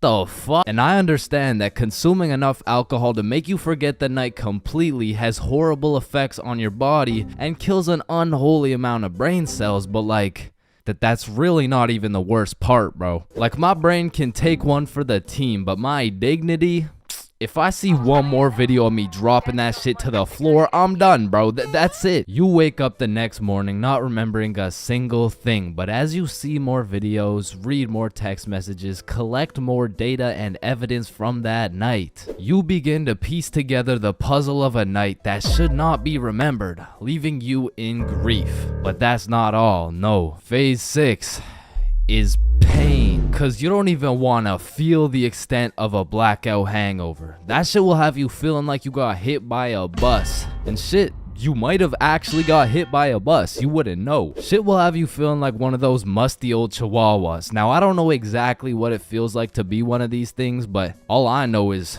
you don't want to be one of those musty old chihuahuas. I mean, it's not fun waking up all shaky with a throbbing headache and the urge to just stop existing.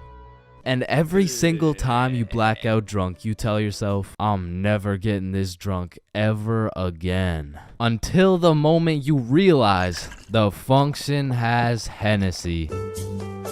Every single person will have a different experience when they get high. And even the same person can have different experiences each time. It can depend on many things, like the strain of the grass, the environment you're in, and overall the type of person you are. But with that being said, I do know some of the most common types of people when they're high. Starting with Paranoid Peter. Paranoid Peter will take a few hits and his brain will go on overdrive, imagining the worst scenario he could possibly be in. And he'll just slowly convince himself that it's real. Hey, how you doing? Shit, he knows I'm high.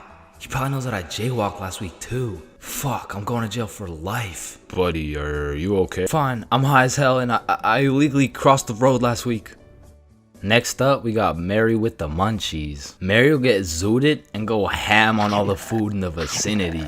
She'll have DoorDash, Skip the Dishes, Uber Eats knocking on her door like they're the IRS or something. But I'm not gonna lie, I know we've all been there. No, not with the IRS, I'm talking about the munchies. Because food when you're high simply hits different. You go from just chewing, swallowing, and digesting your food to dissecting and distinguishing each particular particle of that food. And I don't know why, but your brain never tells you if you're full. So you can just eat food infinitely. Next, we got Chill Charlie. Chill Charlie is just so laid back. Once this dude takes a puff, he is just nonchalant. And nothing in the world can make this man start chalanting. Charlie, they found the kids in our basement. Chill out, dude. It's all gonna be alright. Hey, hands behind your back. Yo, calm down. Why are you so aggressive? And of course, we got Sleepy Sam. You see, Sleepy Sam has had a long day at work. He decides, what would be a better way to end the day than to light up some Bubba Kush? We can't forget about George with the giggles, man. George just be laughing at anything when he's high. And it's the best when you get two high Georges in a room.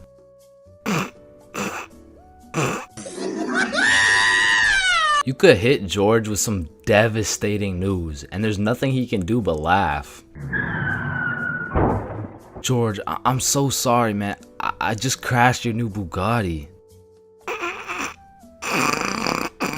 Honestly, at this point, literally anything can make him laugh. Okay, maybe not anything. Next up, we got Mumbling Martin. Some motherfuckers just be smoking and start to think they're Cardi or something. Like after a few hits, they start to invent a whole new language. Damn, it's like dick can't be hit, man. Wait, what? I said dick can't be hit, man. Can you just speak up a little bit? You can't hold me. You can't tell me. Speak up. And man, we all know a coughing Carl. Yeah, bro, can you pass me that grass?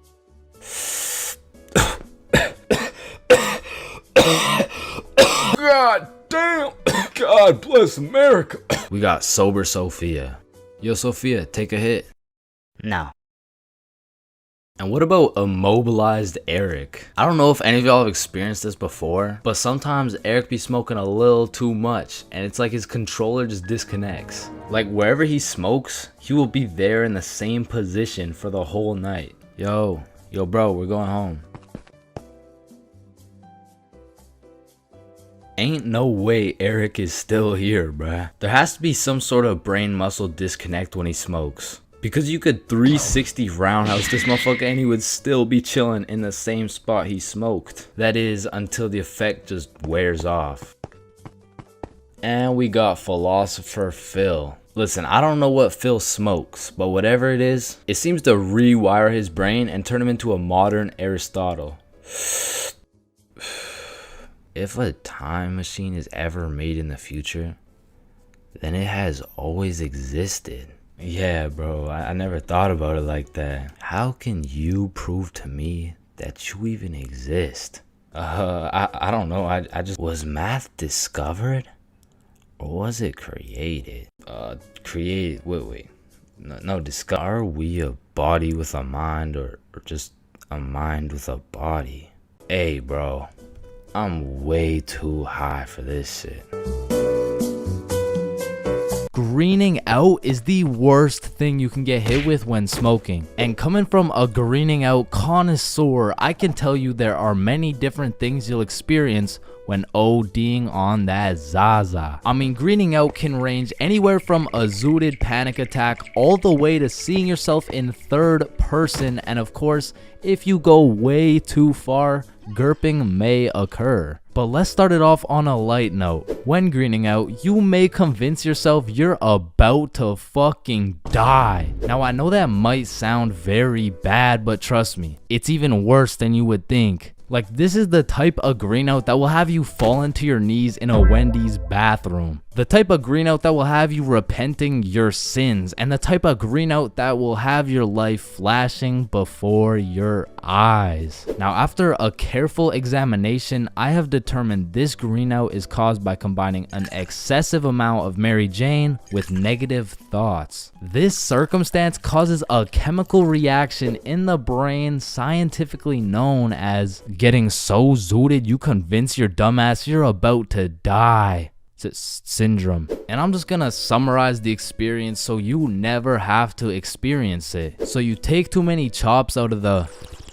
Because let's be real, it's always the chops. Then you begin to realize you got way too high. Everything starts lagging and you're on about 5 FPS. So you convince yourself that your time is up. And so you just lie there waiting for your impending doom that never actually happens. Another thing you may experience after chiefing too much keef is something I like to call a factory reset. Now, I don't know the science behind this one, but for whatever reason, after smoking too much grass, that shit just starts hacking your brain and it hits you with that factory reset. I mean, all your past experiences, lessons, and most cherished memories straight deleted. You forget your name, your address, the ability to stand up. Now, this is usually the point you'll get hit with that kush coma. And if you aren't familiar with the term kush coma, it's when the kush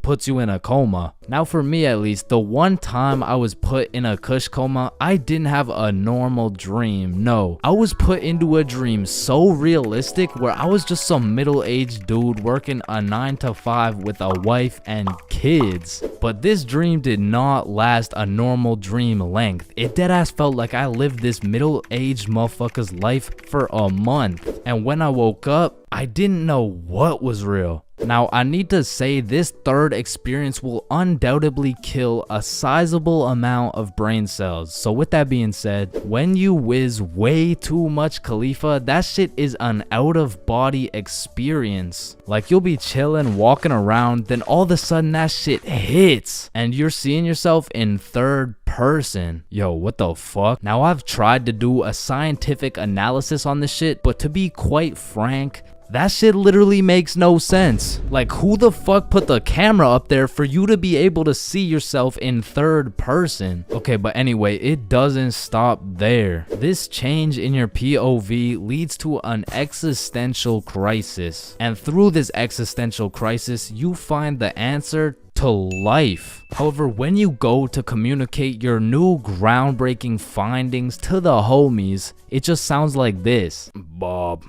Oh shit, he's alive. Bob, the stars, the trees, us, our family, we are life.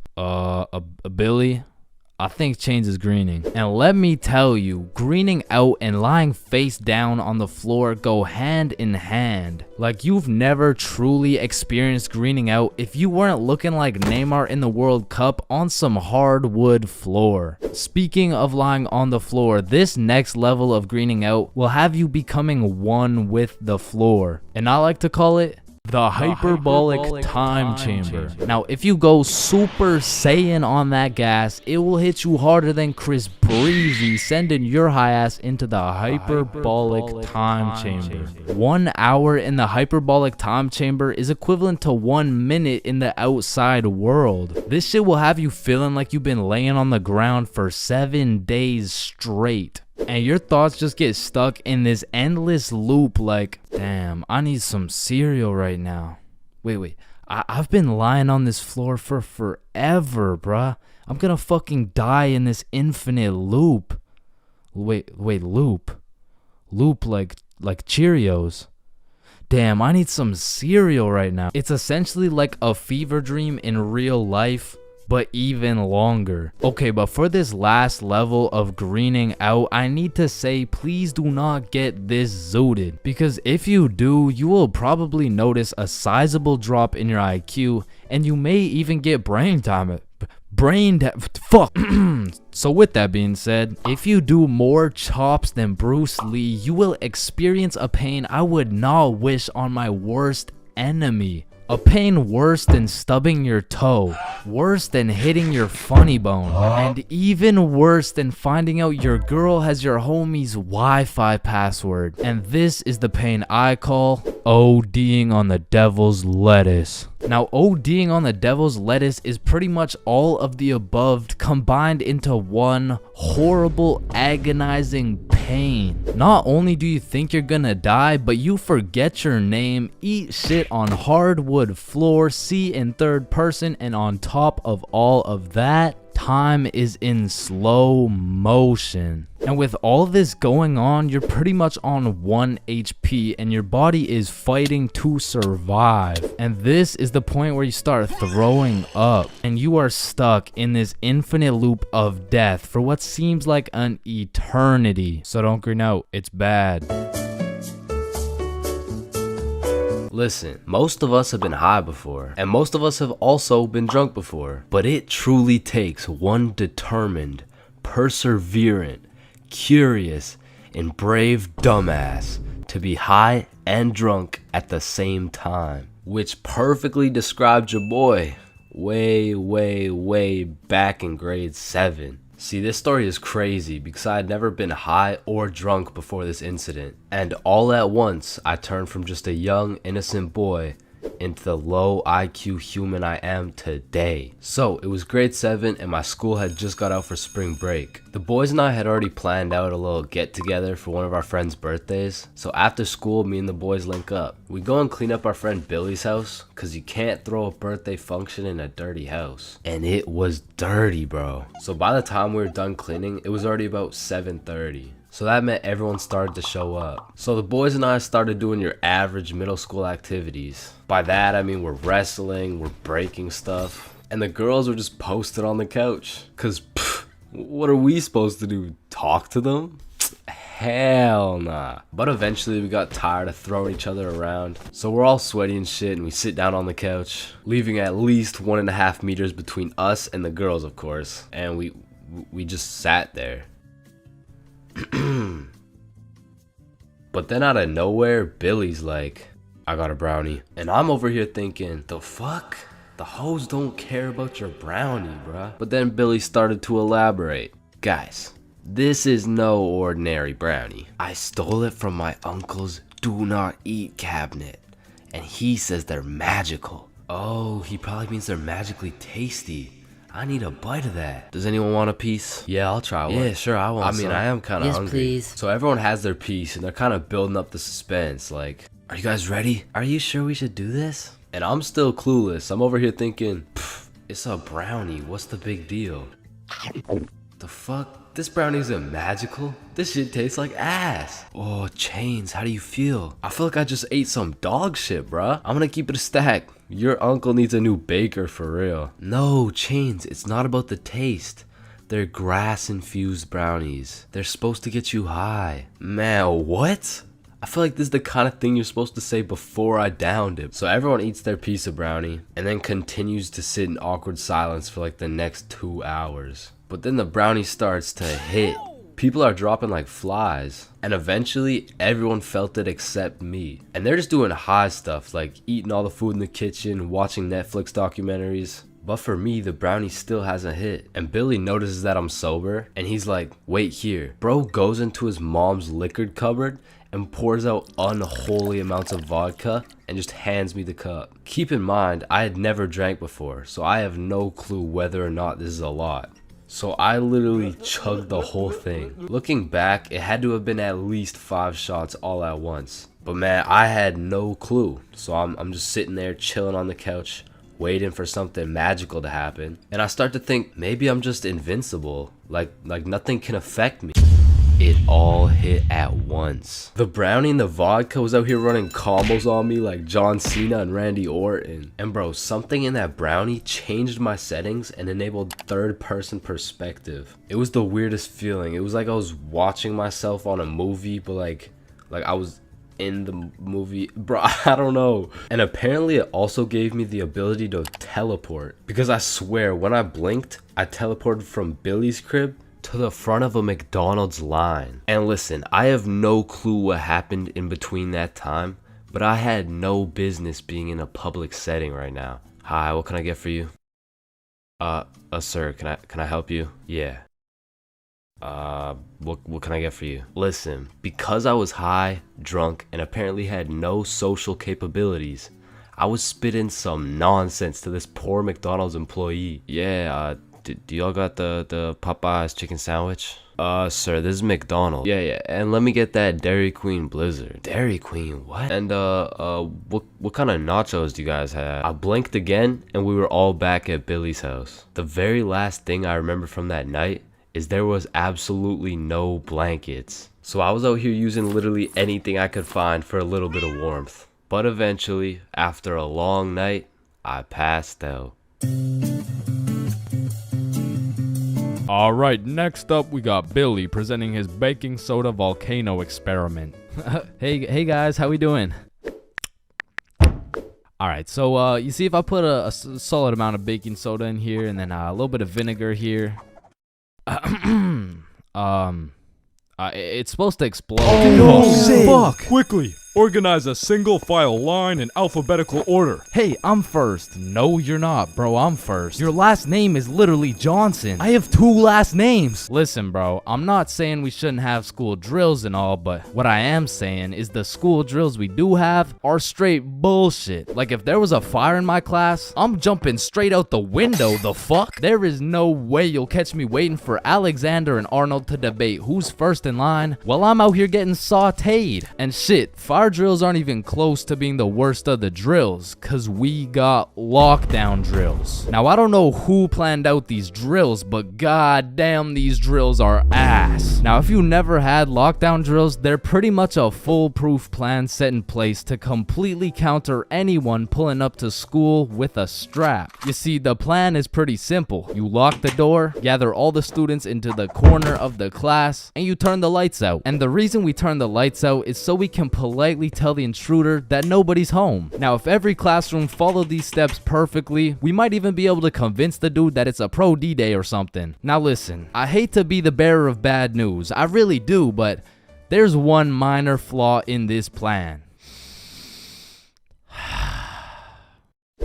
The shooter's in the class, bruh. You're out here telling the opposition your exact game plan, then you're surprised when bro pulls up to the hiding spot? Like shit, it's just easy pickings at this point. Now, earthquake drills, man. The game plan here is to essentially hop under your desk and start counting. Now, when I was in kindergarten, I thought this whole earthquake drill thing was a fun game we played to learn how to count. But 12 years later, we were still counting. Like, let's be honest, what the fuck is counting gonna do? Are you telling the earthquake how long it has to dismantle the school? Cause I'm pretty sure it doesn't give a shit how long it takes. Me personally, I feel like the best way to see if an earthquake is over is by observing whether or not the entire fucking building is shaking. But listen, I will say this, out of all the drills, the earthquake drill is pretty valid. Like, whoever thought of this one was kinda cooking. I mean, these desks are pretty much made out of steel, bro. Like, out of all my years, I've never seen one break before, so it probably provides some solid protection. But shit, me personally, I'm still jumping through the fucking window, bruh. I don't care how many times I practice crouching under my desk. If I ever felt the slightest shake in the ground, I'm out of that hoe. So if you carry the 674 to the power of 2 over to the 47, you will find— oh shit!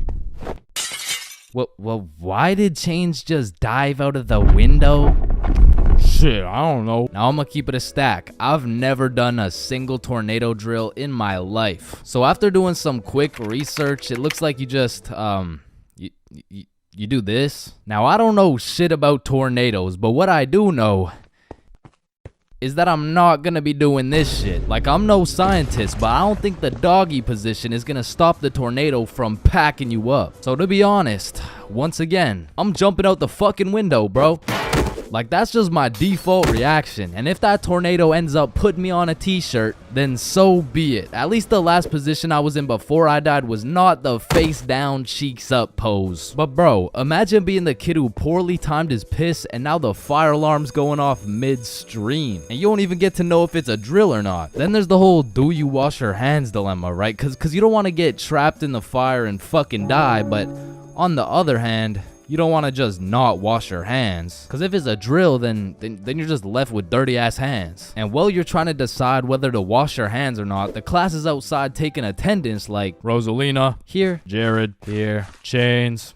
Chains? Oh, fuck. Where did Chains go? I don't know, bruh. Shit. Oh, no, I was just in the bathroom. Woo. Oh, you scared me there for a second. Wait, did you wash your hands? No, I was in a little bit of a rush. Get back in there and wash your hands, buddy. Now the thing about school drills is they happen pretty often. I mean, every few weeks they throw in a fire drill here and a little earthquake drill there. So when the fire bell actually goes off, motherfuckers just assume it's a drill. They're out here horsing around, making jokes and shit, while the school's actually getting fucking cremated. But after almost all the drills are alphabetical, single file line goes out to the front of the school and on the field with every other class. And the amount of buffoonery that goes down on this field is insane, bro. I mean, everyone walks in with a single file line, but after 5 minutes, that shit looks like a Travis Scott concert, bro. Like, I remember one time my high school got a bomb threat called in, so every class assembled the good old alphabetical line and we went out onto the field. And we were out there for a minute, bro. I remember looking around and these motherfuckers were running the world's biggest game of duck, duck, goose. Like there wasn't a whole ass bomb threat called into our school. That same day, one kid brought a football to the field, and all of a sudden, motherfuckers are running a pickup game while we're waiting to see if our school is gonna explode or not. And of course the teachers tried to stop it, but these kids just used that as a diversion play and got another touchdown. Alright, so now that we thoroughly dissected each and every school drill, it's only fair we hit them with a tier list. So let's see what we got here. We're starting with lockdown drills. What are we saying? Fucking F tier. Holy shit, they are ass. Alright, next up we got fire drills. Now these drills do get the job done, but I'm not gonna lie, I'm not fucking with this whole single file alphabetical bullshit. So I'm gonna have to give this John a C tier. Now tornado drills. You gotta go in the doggy position. Bro, I got no choice but to give this a D tier. And last but not least, my personal favorite, earthquake drills. They're still kind of ass, B tier. And bro, I know some of y'all may be thinking, you can't just talk shit about the school drills and not present any better solution. Well, lucky for you, I have devised the best and only way to fully counter any natural or artificial disasters. It's simple. For a guy like me who's 7 feet, 325 pounds, 0.5% body fat, and a 7-foot wingspan, I just simply remove myself from the situation. However, I do understand that I am built different, so for your average Joe, I have devised another plan. It's also simple. The moment some shit goes down, everyone runs at full speed out of the building. And of course, some would argue that not everyone is gonna be able to make it out of the building in time, and that some people are faster and stronger than others, and you know what that's called? Natural selection. You see, if I was principal, instead of running students through these impractical drills, I would be running students through different kind of drills. I would have my students in peak physical condition. Instead of a fire bell, I would have a push-up bell. At any given time, if that shit goes off, you drop down and give me 50, or your ass is getting expelled. You see, this way, when there's a fire, everyone can simply remove themselves from the situation. Or in other circumstances, they can simply intervene.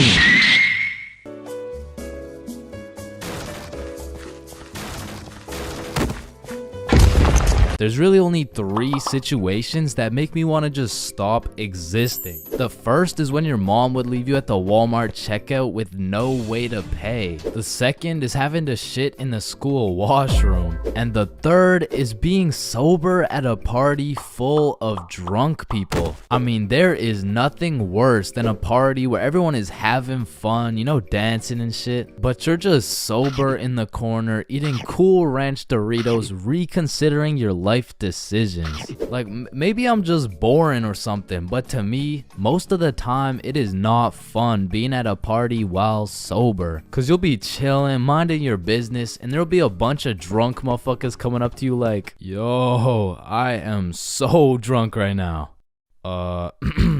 Nice. Yeah, bro, I drank so much. Nice. Because when you're drunk, there is no thought process. You're just blissfully unaware of the fact that you can't dance. But that vodka will have you in the middle of the dance floor like... However, when you're sober, you are actually aware of how stupid some of these drunk people look. Like, you can just take a look around and you'll see a bunch of motherfuckers doing shit they're gonna regret when they're sober. Damn, look at her. Yo, he's gonna regret that for sure. And look at this dude. Wait, Billy. What the fuck are you doing? I'm twerking on the walls like Peter Parker. No, what the fuck? Being at a party while sober has me feeling like that one dude who's always like, yo, where the hoes at?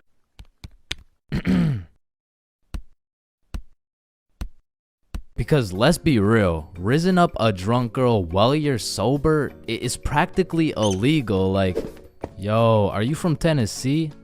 Cause I'm trying to fuck. Sir, hands behind your back. God damn. And honestly, when you're sober, talking to drunk or high people in general, it's just like interacting with NPCs. Damn, I'm drunk as shit. Man, I love you so much, man. Like I love you, man.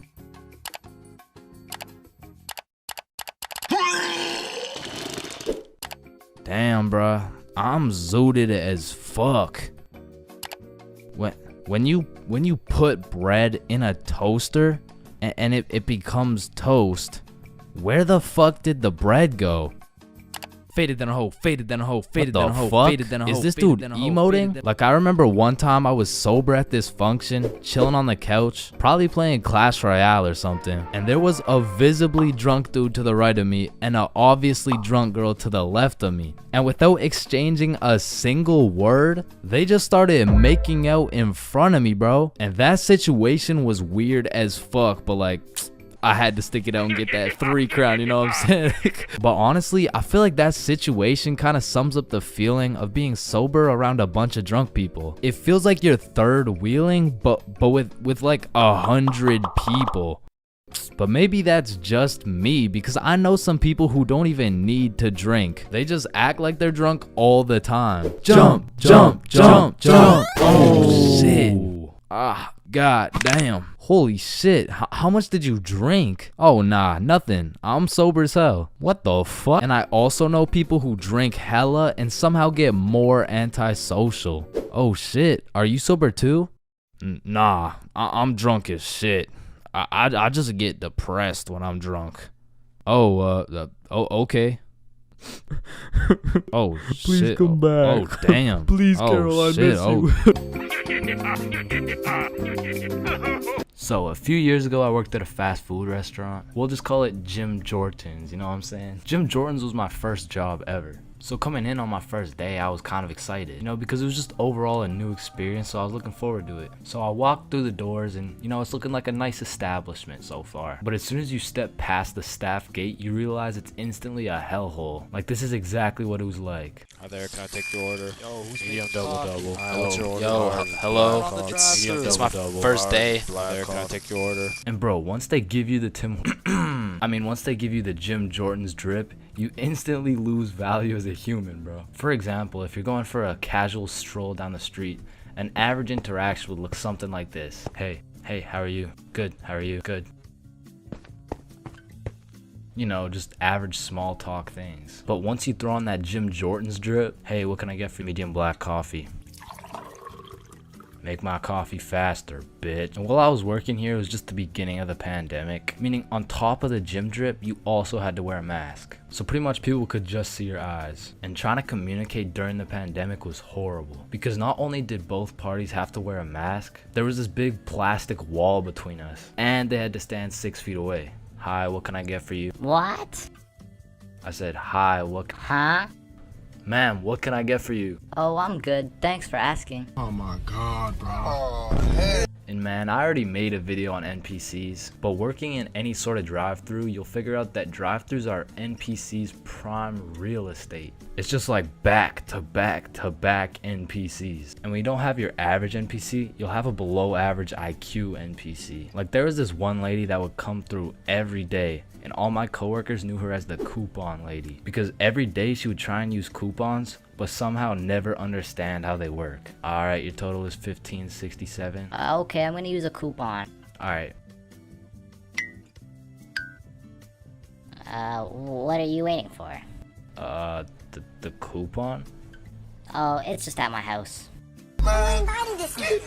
And don't get me started on my manager Magnus, bro. Next time I see Magnus, it's on site. Wait a minute, Chains, is that you?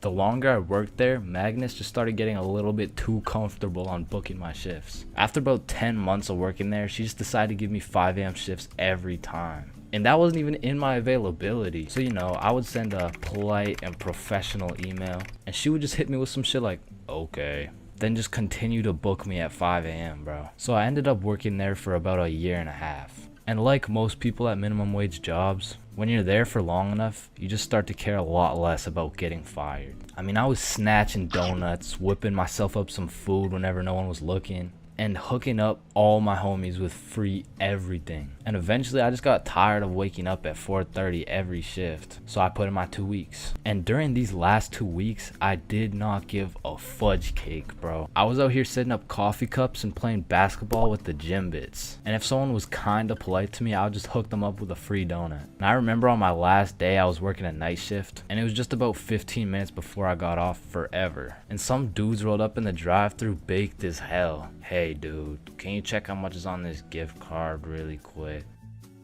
Yeah, you got 21 cents on it. What can we get for 21 cents? One sec. I just went to the back and cleared the shelves of every single donut in sight, and I just sauced them all for free. Yo, thank you so much, dude. You're the GOAT. Can't believe this cost 21 cents.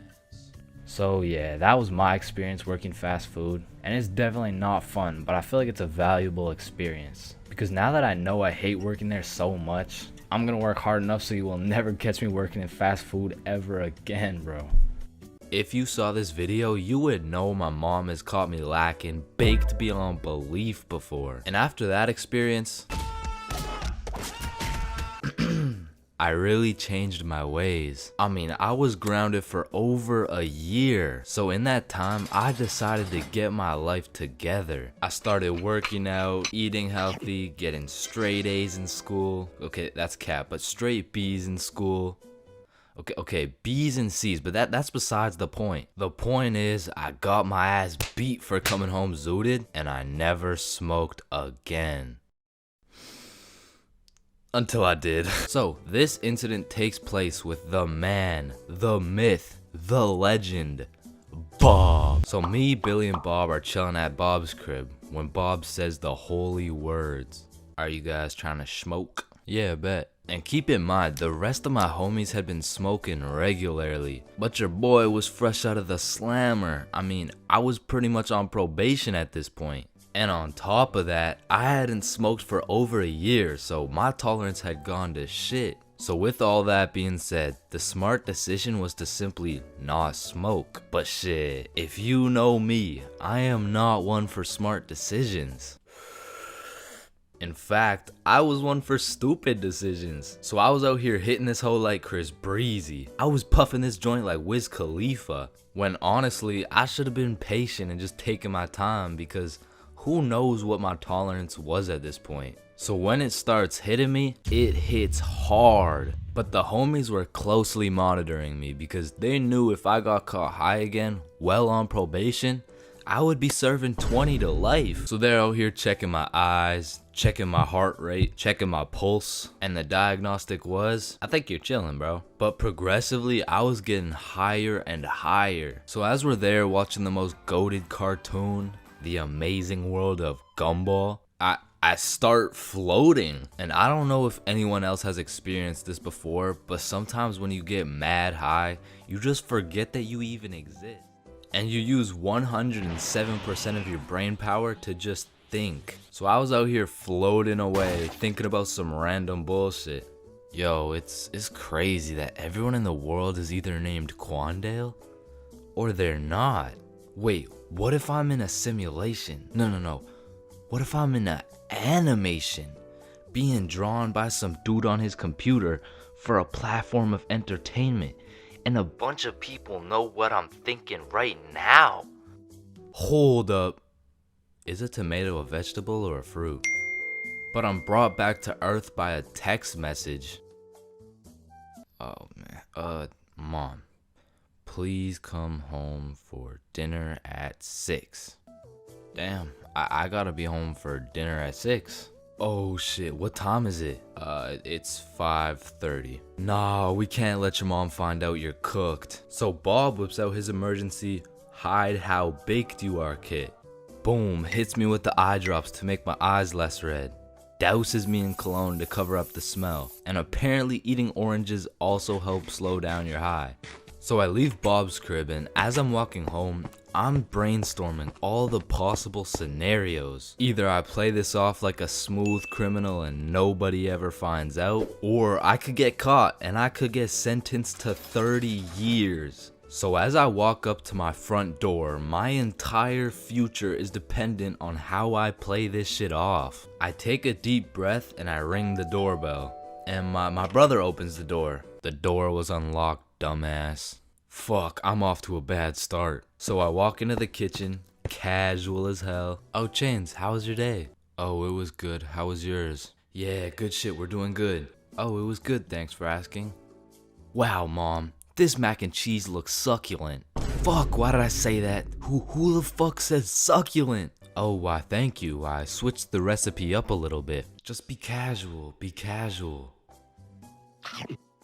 The mac and cheese, it's good. Thank you. So what were you guys doing at Bob's? Fuck, what do I say? A twister. Oh, a twister? Yep, twister. What, wasn't it just you, Bob, and Billy? Yep, just a good old game of Twister with the boys. Damn, y'all are gay as hell. Yup. not to being gay as hell. I just meant yup in general. Like, you know, like yup. Chains, are you feeling okay? Oh fuck. She knows. What do I do? A little word of advice. Whenever you're in one of these situations, just cap and say you're tired. Like, it works for everything. Are you high? No, I'm just tired. Damn, bro. Are you depressed? No, I'm just tired. Help!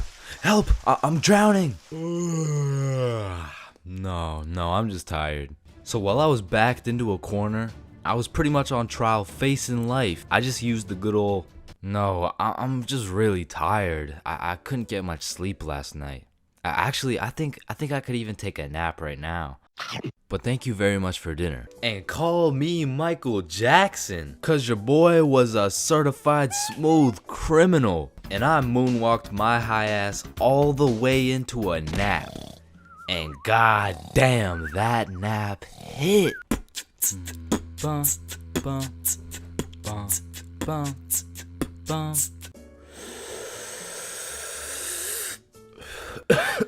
Space isn't empty. It contains everything that exists. Hey bro, you think this mirror's good? Nah, it's in used condition. What do you mean? Walmart doesn't sell used mirror. Oh, we're using it right now. Damn, I've been hitting this joint for way too long. I should probably pass it to the next person.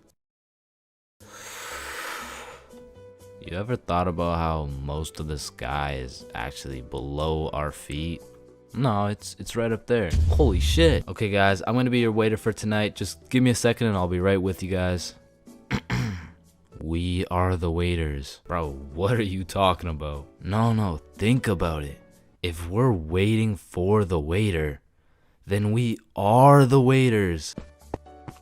Hey, nice belly button, bro. Hey, thanks, man. Your belly button is really your old mouth, by the way. What the fuck? Yo, is your thumb even a finger? Fuck, man, I don't even know. It's kind of just a thumb. So if your thumb isn't a finger, then there is no middle finger. Hold up.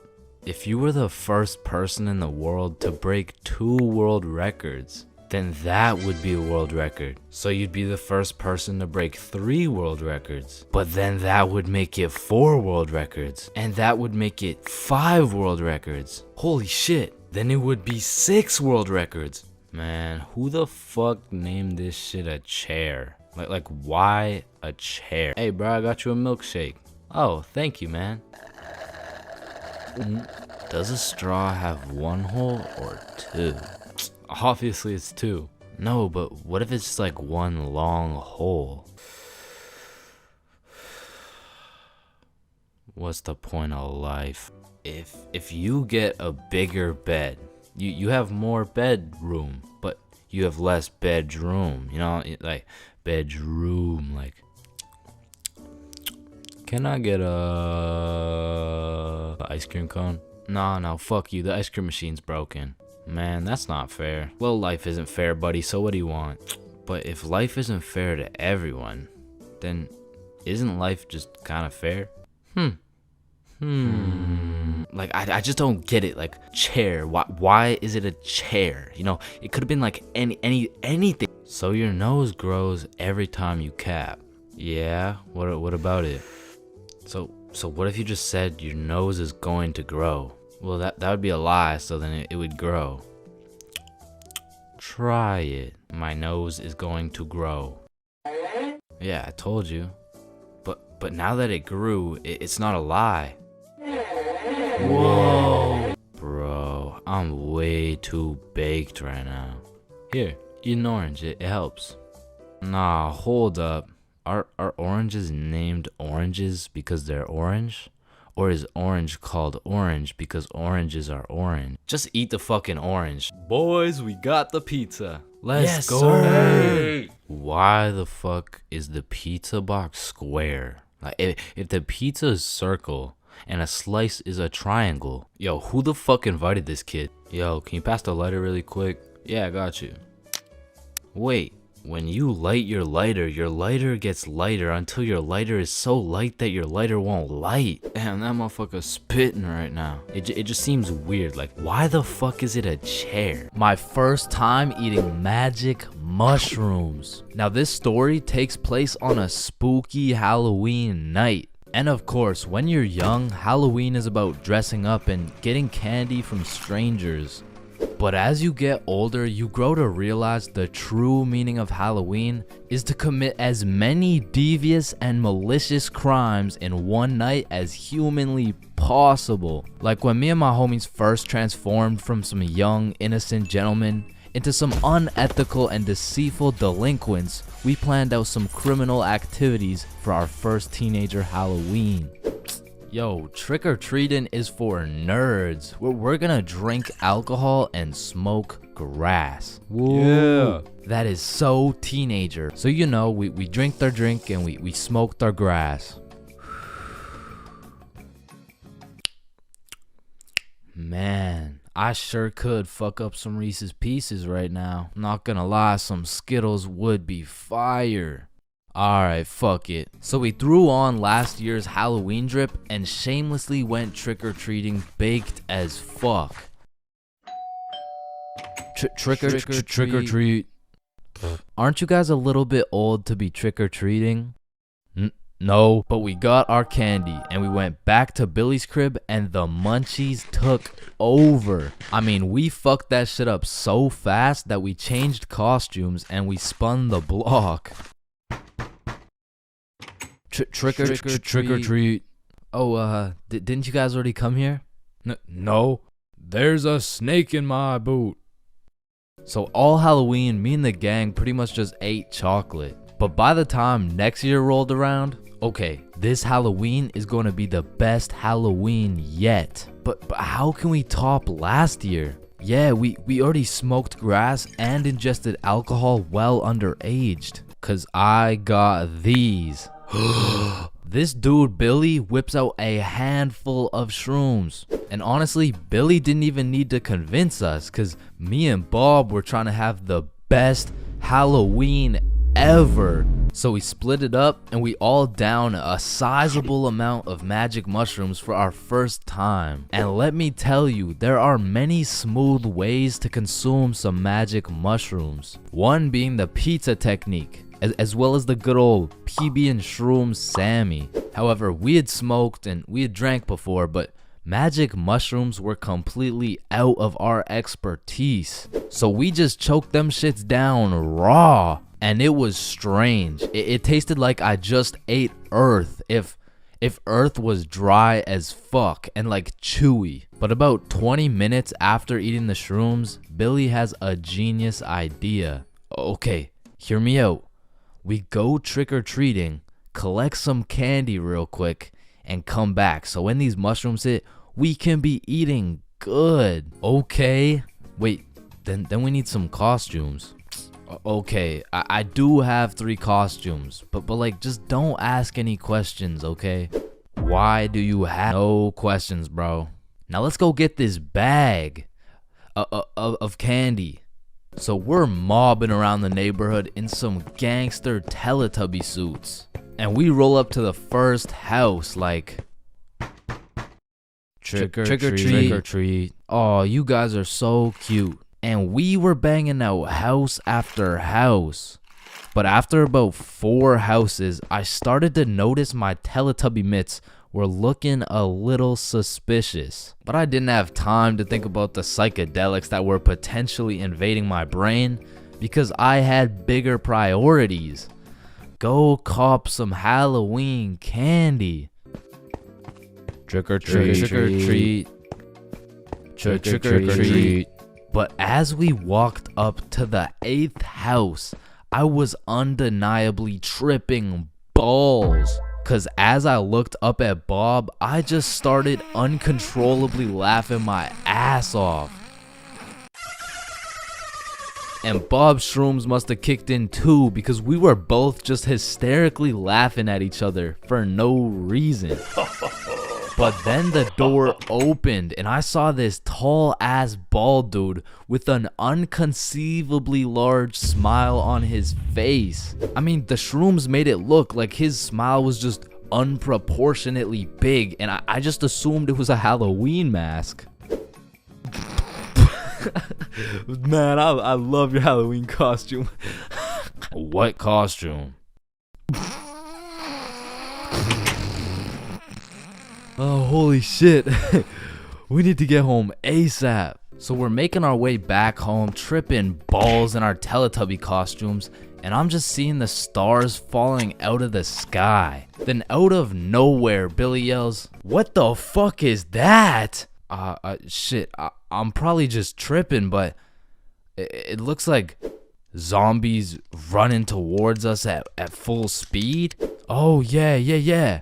I see it too. Oh shit, we gotta run. So me, Billy, and Bob start booking it back to Billy's house. And I am hauling ass because there is no way I'm getting packed up by some zombies right now. And when I look back, I don't see some zombie costume. No, I see some real ass zombies, like bones sticking out, eyeballs look like they haven't blinked in centuries, and that shit just made me run faster. Cause to me, this was a life or death situation. I mean, in reality, it probably just looked like 360 ooga booga. We get back to Billy's crib. Holy shit, get in. Lock it. And we were not taking any chances. I mean, we barricaded every single door in the entire house. And for a second, it was a horrible trip. I mean, I thought I was in the zombie apocalypse. But once we settled down, we were having the time of our lives, chilling and eating candy while tripping balls.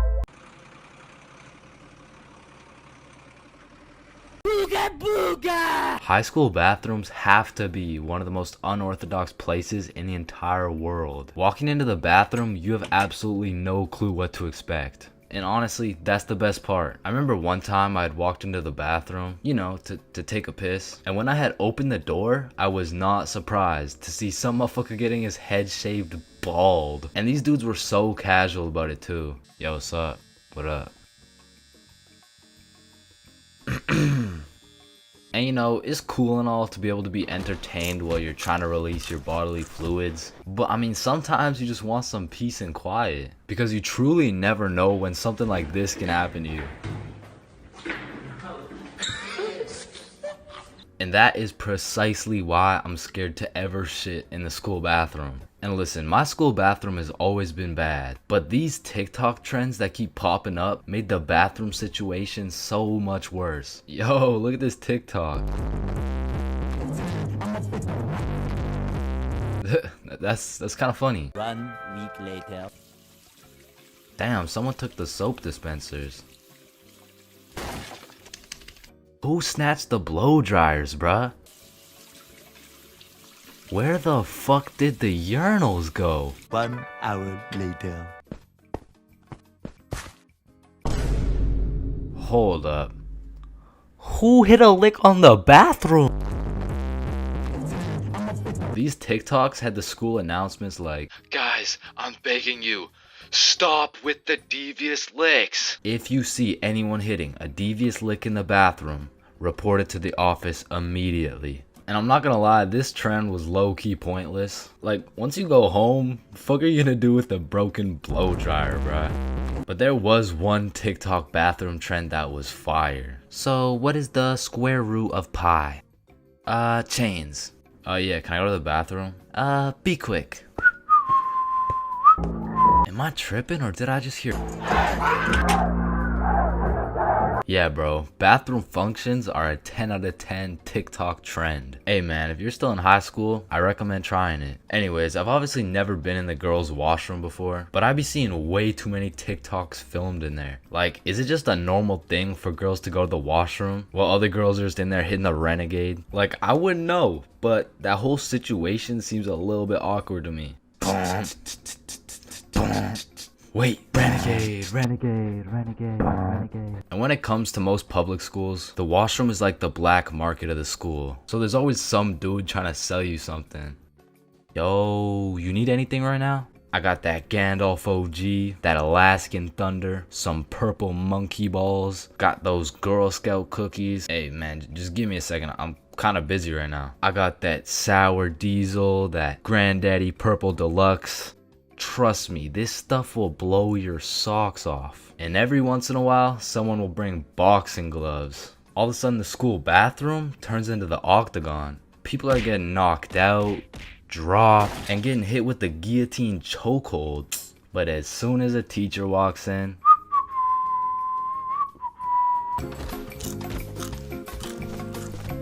Alright, I already touched on the unspeakable things that go down in the high school bathrooms, bro. But there's only one place on earth that is more foul than those bathrooms. And it's the goddamn locker rooms. That room smells like complete and utter dog shit mixed with Axe spray. Like maybe I just went to school with a whole lot of Discord mods, but the rancid smell of the boys' locker room would contaminate anything in a 50-foot radius. And shit, Lord knows what goes down in that questionable place. Like you'll walk in there and see anything, bro. Motherfuckers will be having fights, chicken fights, group fights, sword fights. Like any laws and rules simply don't apply to the boys' locker room. Motherfuckers will be throwing hands, selling drugs, committing arson, committing several counts of fucking tax evasion, shit, you name it. It's pretty much a GTA lobby in that bitch. Like I remember one day I walked into PE and my teacher was like, "Hey, where's your PE strip?" And I was like, shit, it's in the locker room. So I walk into the locker room and there's just two motherfuckers throwing hands and they just stop and look at me like, oh shit, I'm gonna just get my backpack and shit, so yeah. Alright, y'all be safe. And then they just went back to beating the shit out of each other. Now listen, I don't spend too much time in the girls' locker room, but anytime I walk by there, that shit smells like rose petals and rainbows. So I can only imagine there's no group fights, no chicken fights. Hopefully no fucking sword fights. And bro, you deadass can't leave shit in the locker room. Like if you leave anything not locked up, it's gone. These kids are ruthless, bro. They're snatching your wallet, your phone, your clothes. Shit, they're taking your PB&J sandwich. And the thing is, if you want your PB&J back, you're gonna have to get it back in blood because there's no laws in the locker room. See, if someone snatched my sandwich in math class, I'm turning into 6'9", bro. Mr. Cumminson, Jordan Johnson here, who lives on 123 Stickman Drive, postal code STK53Z, just stole my peanut butter and jelly sandwich my mom made me, so I'ma need his ass suspended. But if you try to tell a teacher about anything that happened in the locker rooms, they don't give a fuck. Mr. Principal, Jordan Johnson just stabbed me and stole my backpack, my phone, my wallet, and my ID. Damn, I'm sorry to hear that. Where did this happen? It was in the locker room after PE. Oh, you said the locker room? You're just gonna have to get it back in blood. Back in blood? What are you talking about? Yeah. I'm not gonna lie. The way you're snitching right now, you kind of look like a bitch. But yo, one time me, Billy, and Bob were coming back to the locker room after some good old dodgeball, and Billy notices a dude rummaging through his backpack. So he's like, yo, what are you doing, bro? But when he turned around, Billy was bamboozled to find out the kid rummaging through his bag, he was special. And there was just this moment of silence. Yo, am I supposed to like beat his ass right now? Or bruh, I'm sure you didn't take anything. Just politely ask for your bag back. All right, yeah. Oh, hey man, can I get my bag back, please? And the kid just hugged Billy, and then he left.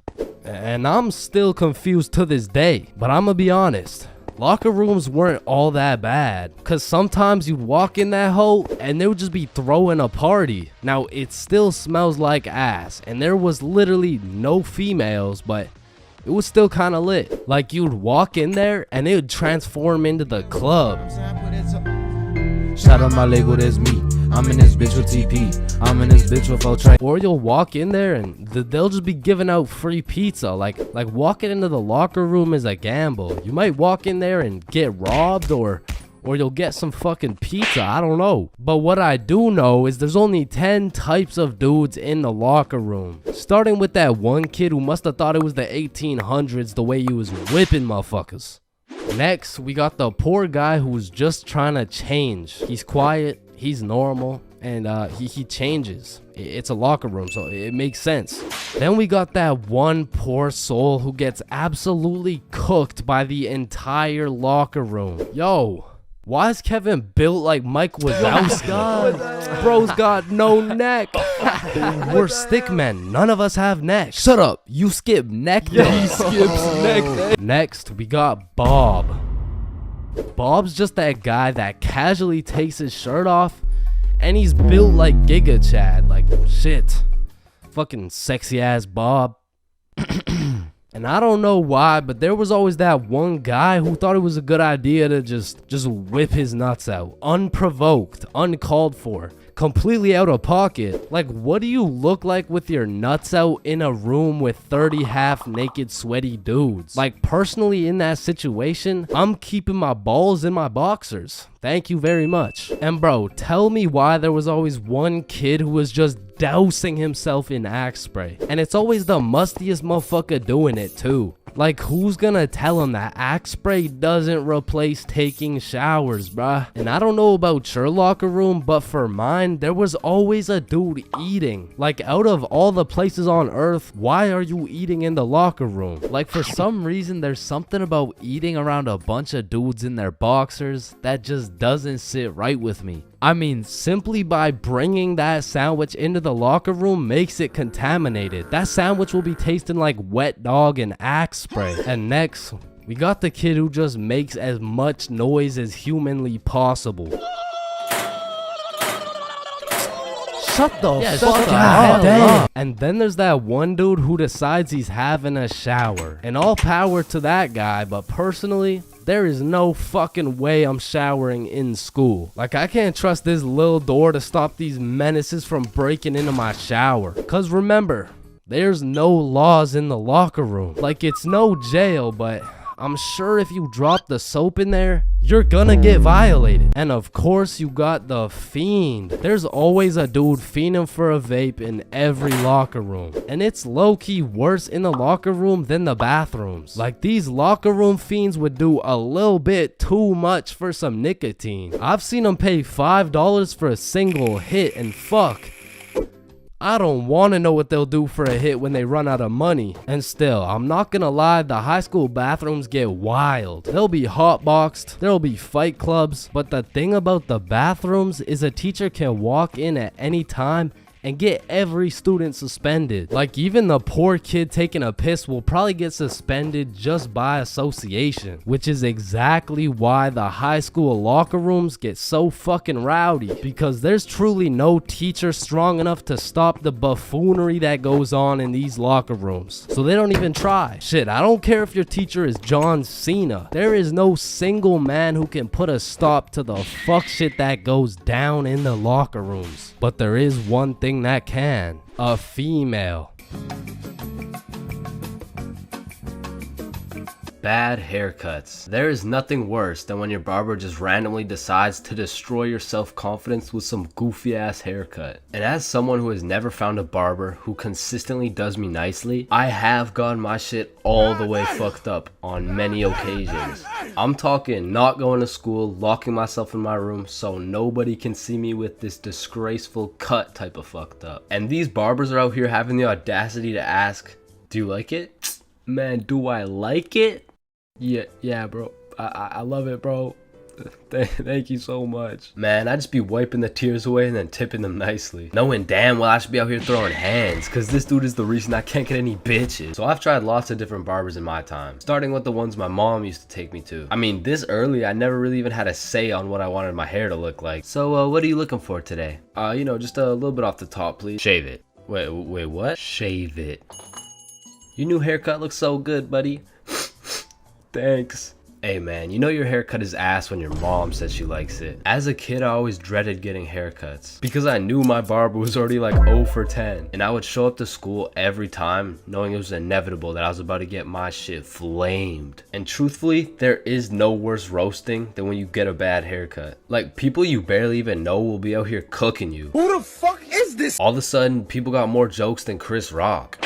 And it's even worse when you decide, I should get a fresh cut because school's starting back up and I'm trying to look fresh. Bro, I can't go to school like this. Yo, Chains, what's up? Yo, what's good? Bro, are you alright? Why do you got this hoodie on? Yeah, I'm chilling. I'm just kind of cold, you know? Bro, it's 32 degrees. And man, there was this one time that I still think about every time I fall asleep. Me and my friend go to this barbershop that I'd been to once before, and last time they did me quite nicely. So we head in, I sit down in the chair. Hey, how you doing? I'm good, how are you? Yeah, I'm good. Have you been here before? Yeah, I have actually. Oh, I remember you. Same cut as last time? Yeah, exactly. So what's new, man? Nothing much really. What about you? You know, I've just been working. Oh yeah, respect. So, how's your dad doing? This is when I knew something was terribly wrong. Bro, I don't got a dad. You know, he's good. This motherfucker was giving me some random kid's haircut. This dude must have thought I was Manny or some shit, cause he gave me that middle part cut. And he pushed my hairline back a little bit. And everyone in my city knew this barber. So everyone at my school followed his Instagram too. Can I get a picture from my Instagram? Nah, bro, I don't really like being posted. Don't worry, it's quick. Nah, I don't really want to. This dude caught me lacking so bad and broadcasted it to everyone in my city. Fuck, bro, I should throw hands with him right now.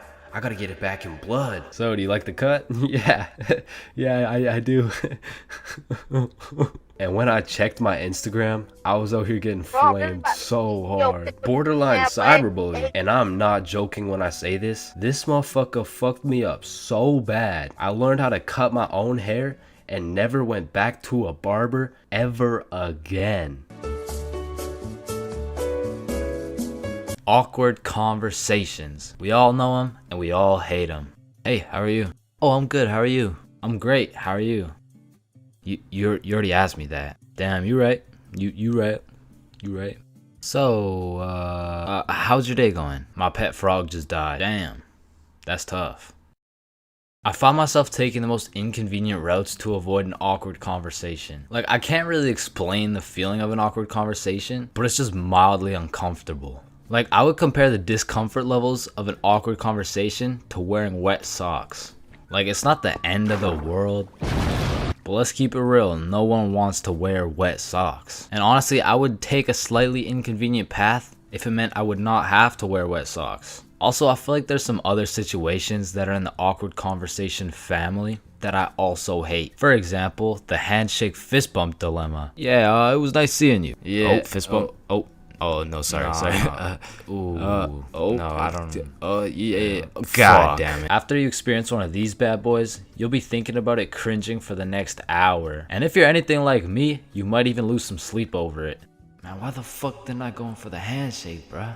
Obviously it was a handshake. And what about the good old you said goodbye to the person you're talking to, but you guys both walk the same way situation? I mean, this situation is the perfect way to ruin a smooth conversation. Yeah, man, it was really nice to see you. Yeah, for sure. See you later, bro. Alright, peace out.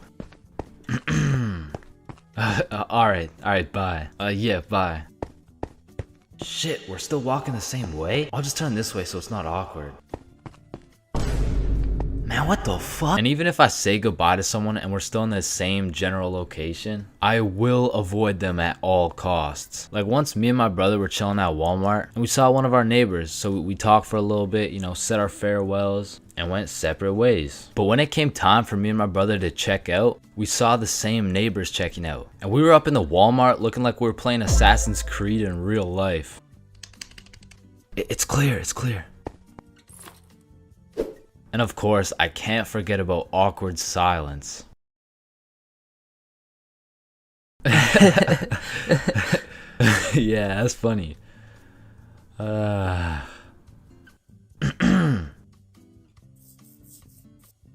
Me personally, I have some procedures in place to avoid awkward silence no matter what. For example, my philosophy is to just say things. Yeah, that's funny. So do you play Minecraft? What kind of question is that? In the end, they may think I'm a dumbass, but at least there's no awkward silence, you know what I'm saying? Fulcrum, come in. Faded in the hole, faded in the hole, faded in the hole, faded in the hole, faded in the hole. Damn, bro. We gotta get as high as this dude. Facts. How does this motherfucker get so baked? I don't even know. Let me check. Oh, here. Yup. Just getting faded in a hole out here at the fucking goddamn Burger King, you feel me? About to take my first Smackington off the Benjamin. Damn, it looks like we gotta hit the Benjamin in a Burger King. Yo, what the fuck is a Benjamin? I don't know, but I'm trying to find out. Yo, how's it going? Yeah, we're good, but I was looking to buy a Benjamin. Damn, you dudes are about to take a trip to Benjamin City, huh? Yeah, we're about to hit the Benjamin and things of that nature. Awesome. Here you go, Yodi gang. Thanks, man. Oh, and dudes, but between you and me, there's a Burger King next door, if you know what I mean. Oh, thank you. Alright, so I guess we just walk in this bitch and start hotboxing this Burger King. Bro, isn't that illegal? I don't fucking know.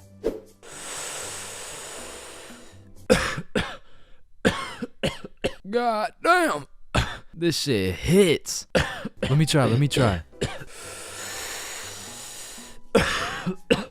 Damn. Unfortunately, you guys can't be doing that in our Burger King. Nah. It's chill. We're just getting faded than a hoe. Wait, you're getting faded than a hoe? Yeah, we're getting faded than a hoe. Shit, I know you were getting faded than a hoe. My bad, Yodi gang. Nah, you're good. You want a little hit? Shit, I might have to take this Benjamin to Blinkerton City, you feel me? Yeah, I feel you.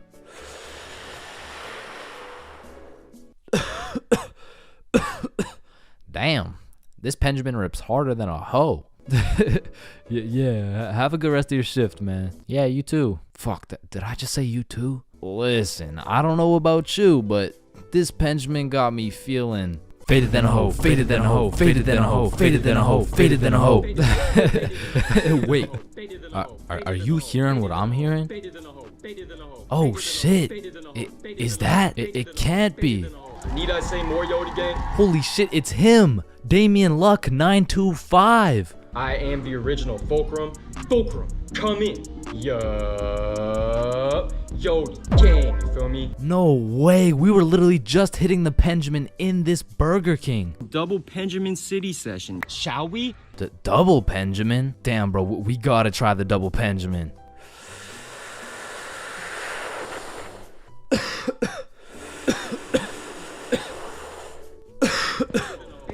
Yo, where are we? I'm faded out here in Yodi land, you feel me? No fucking way.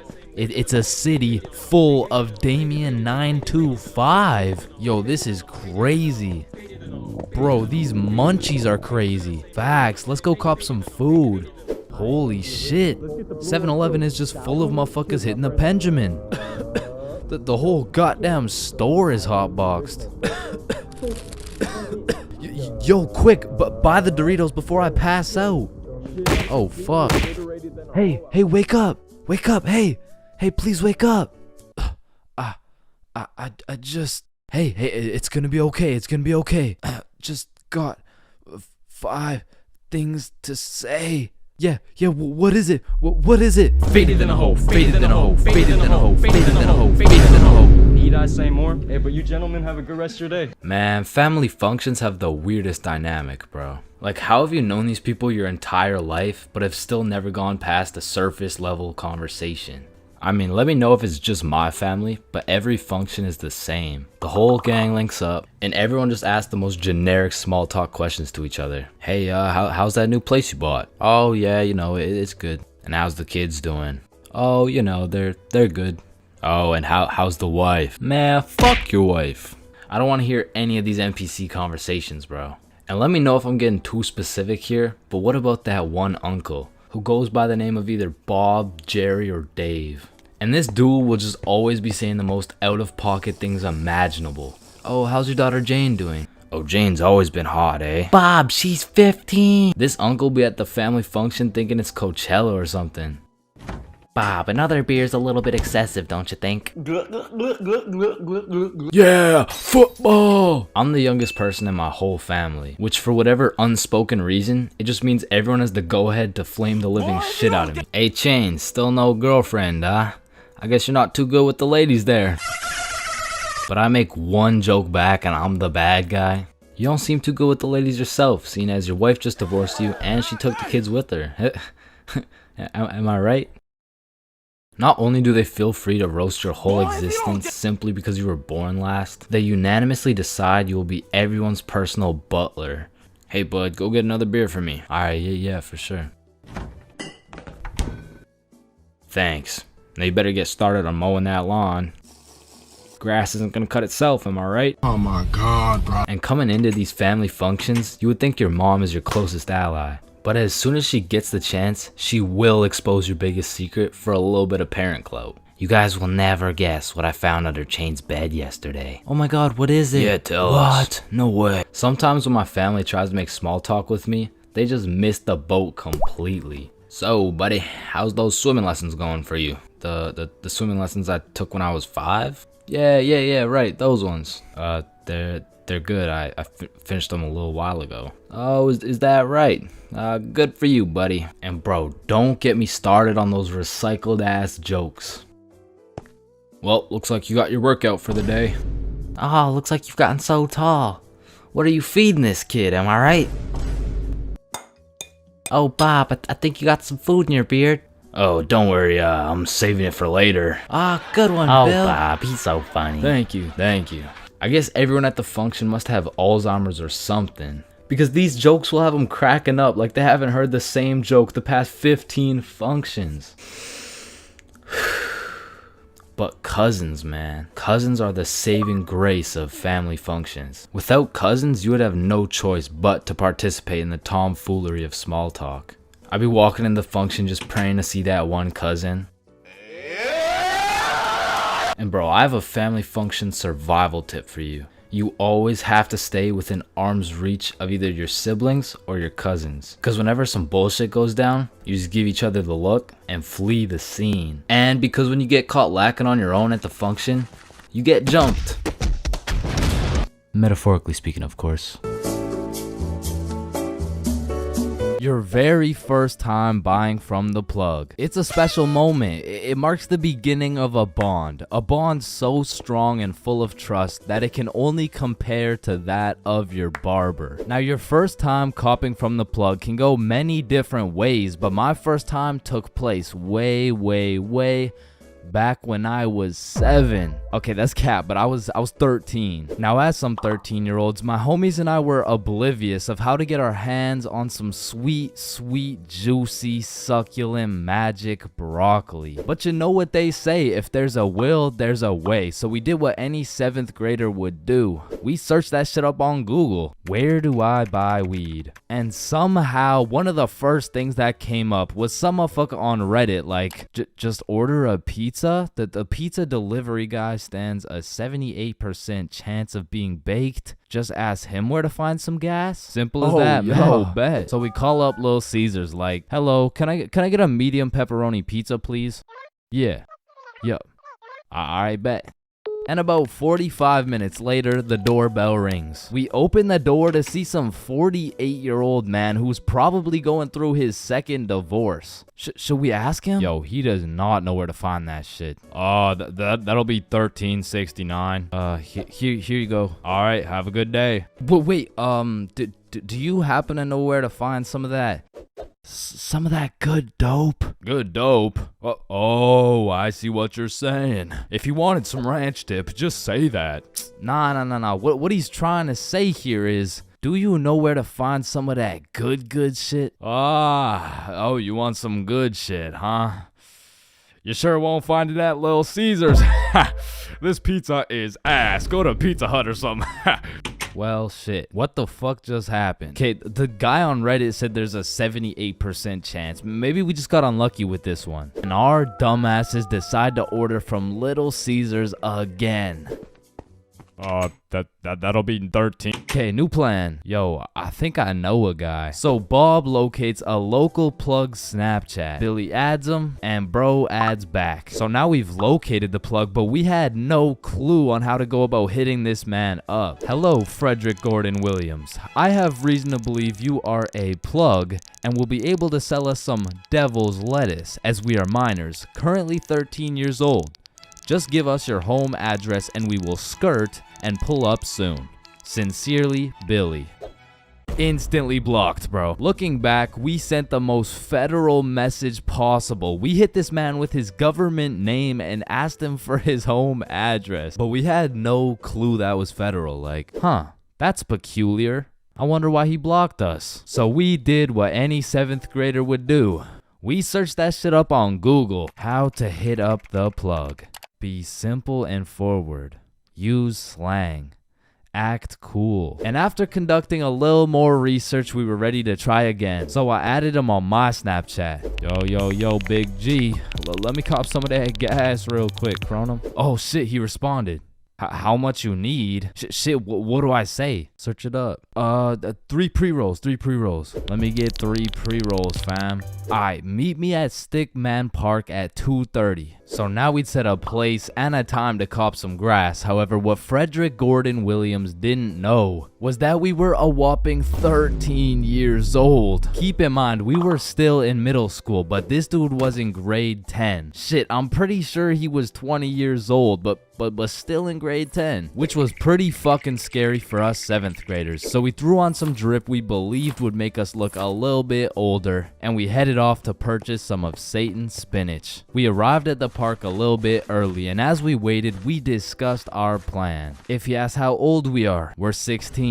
If he asks our grade, we're grade 10. If he asks our pronouns, we are he/. Bro, chill, he's not gonna interrogate us. It's a simple business transaction. Oh shit, there he is. And as Frederick approached us, I could feel my blood pressure rising. Some would say I was shitting bricks. Yo, you got the money? How much is it? How much you got? Well, I brought a $50 bill. Shit, it's usually 60, but I guess I can do it for 50. Oh, thank you so much, man. Holy shit, this is a fucking steal. Here you go, but remember, this is OG Bubba Killer Death Paralyzing Kush 9000.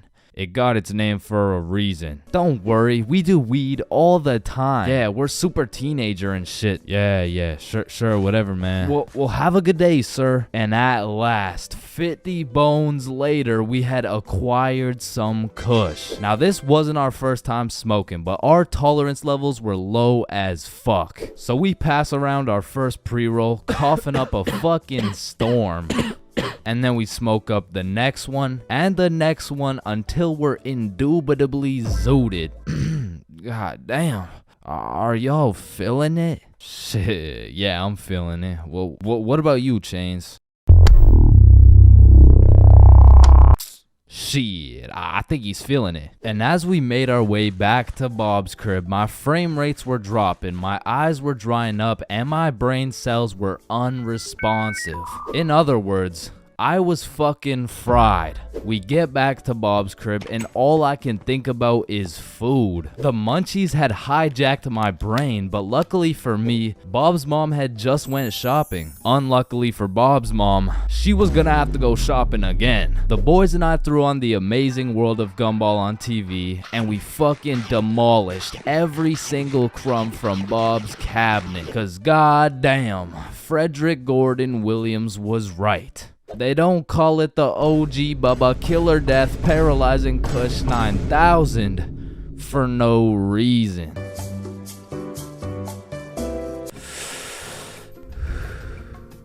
Yo, you can live the rest of your life without breathing. What? No, you need to breathe. Hey, watch and learn, my friend.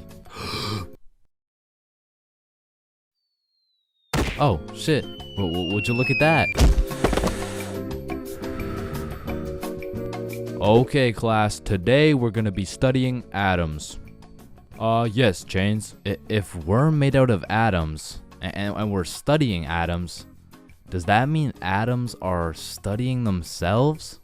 Chains, are you high? No. No.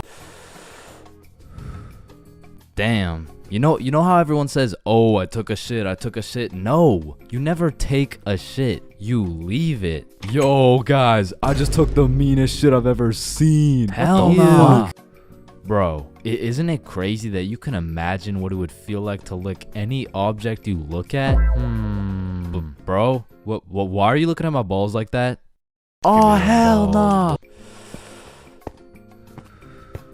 You know what I just realized? Yeah, what? Walking around with one crowbar is much more suspicious than walking around with 3 crowbars. Bro, is that your car? Oh shit!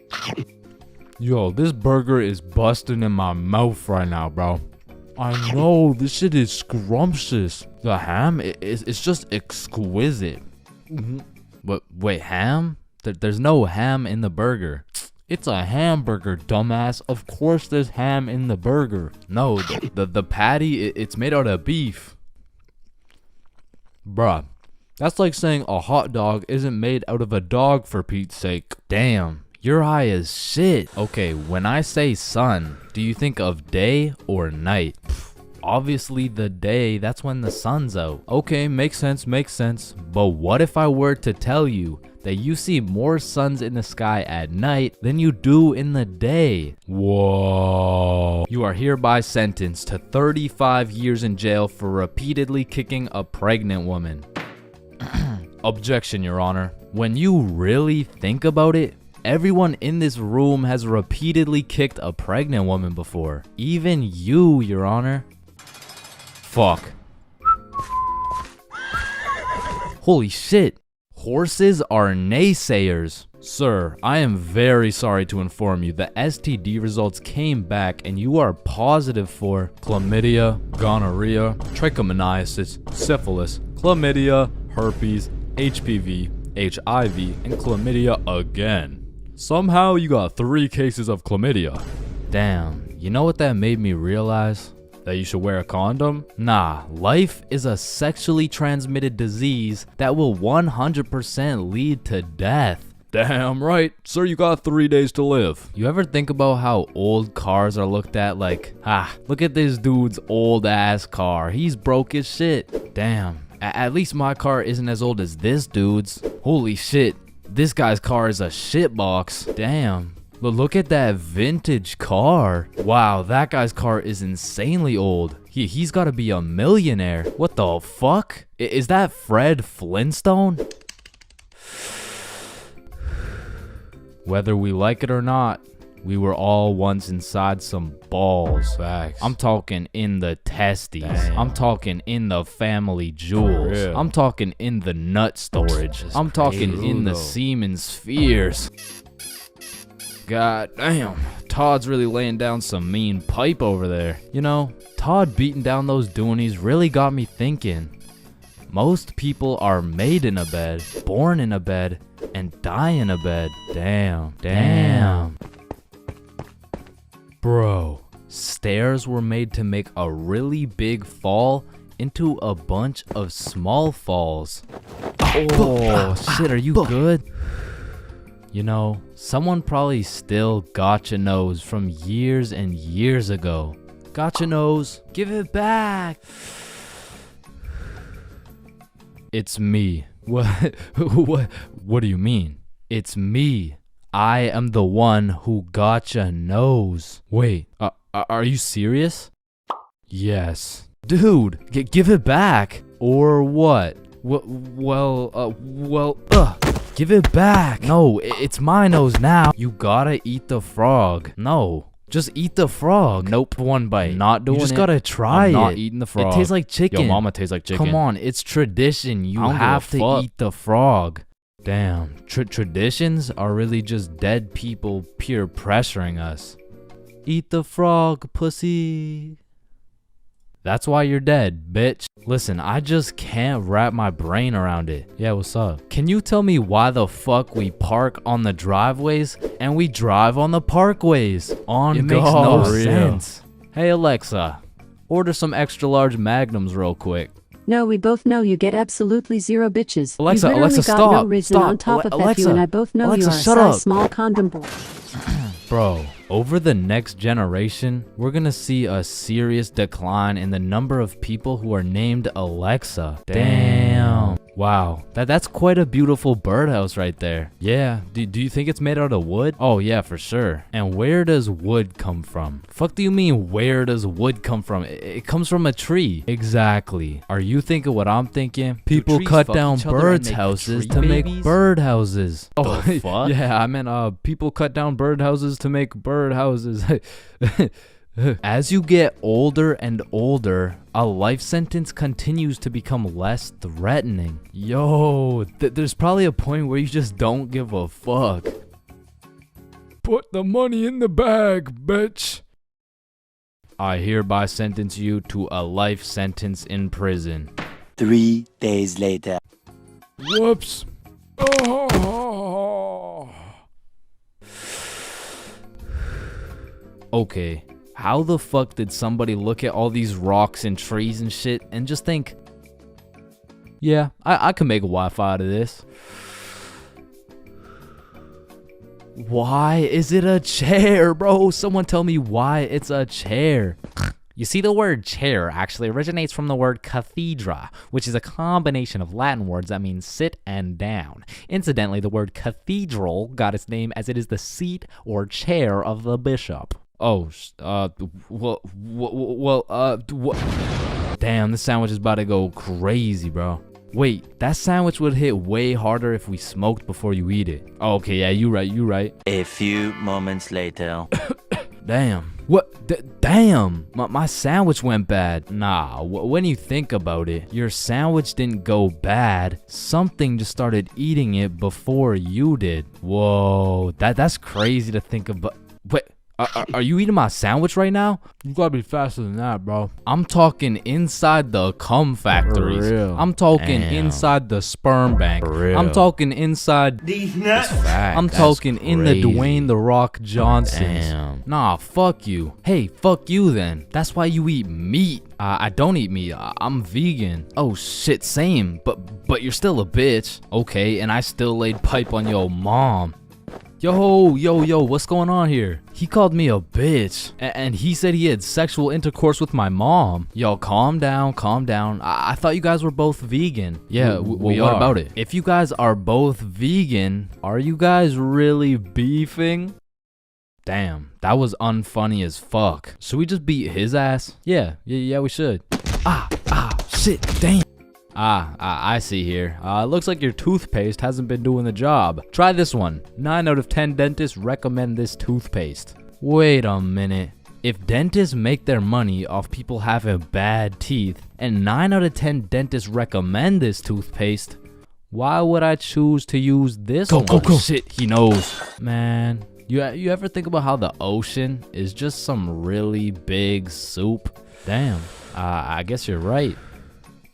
Or have you ever thought about how there's more airplanes in the ocean than submarines in the sky? Oh shit, apparently not. Damn, we're high as fuck. Man, you know what I just realized? What's up? Your balls are kind of like a body bag of sorts. You know what I'm saying? You gotta stop looking at my balls, bro. Okay, but who named it a chair? Like, who just looked at this thing and was like, oh, yup. This is gonna be called a goddamn fucking chair. Boo. Oh, you scared me half to death. What happens if you get scared half to death twice? Oh, I don't know. It's just a saying. Boo. Oh, Oh shit, is he dying? I think.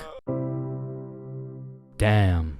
When you really think about it, most guys will get their first set of flowers at their funeral.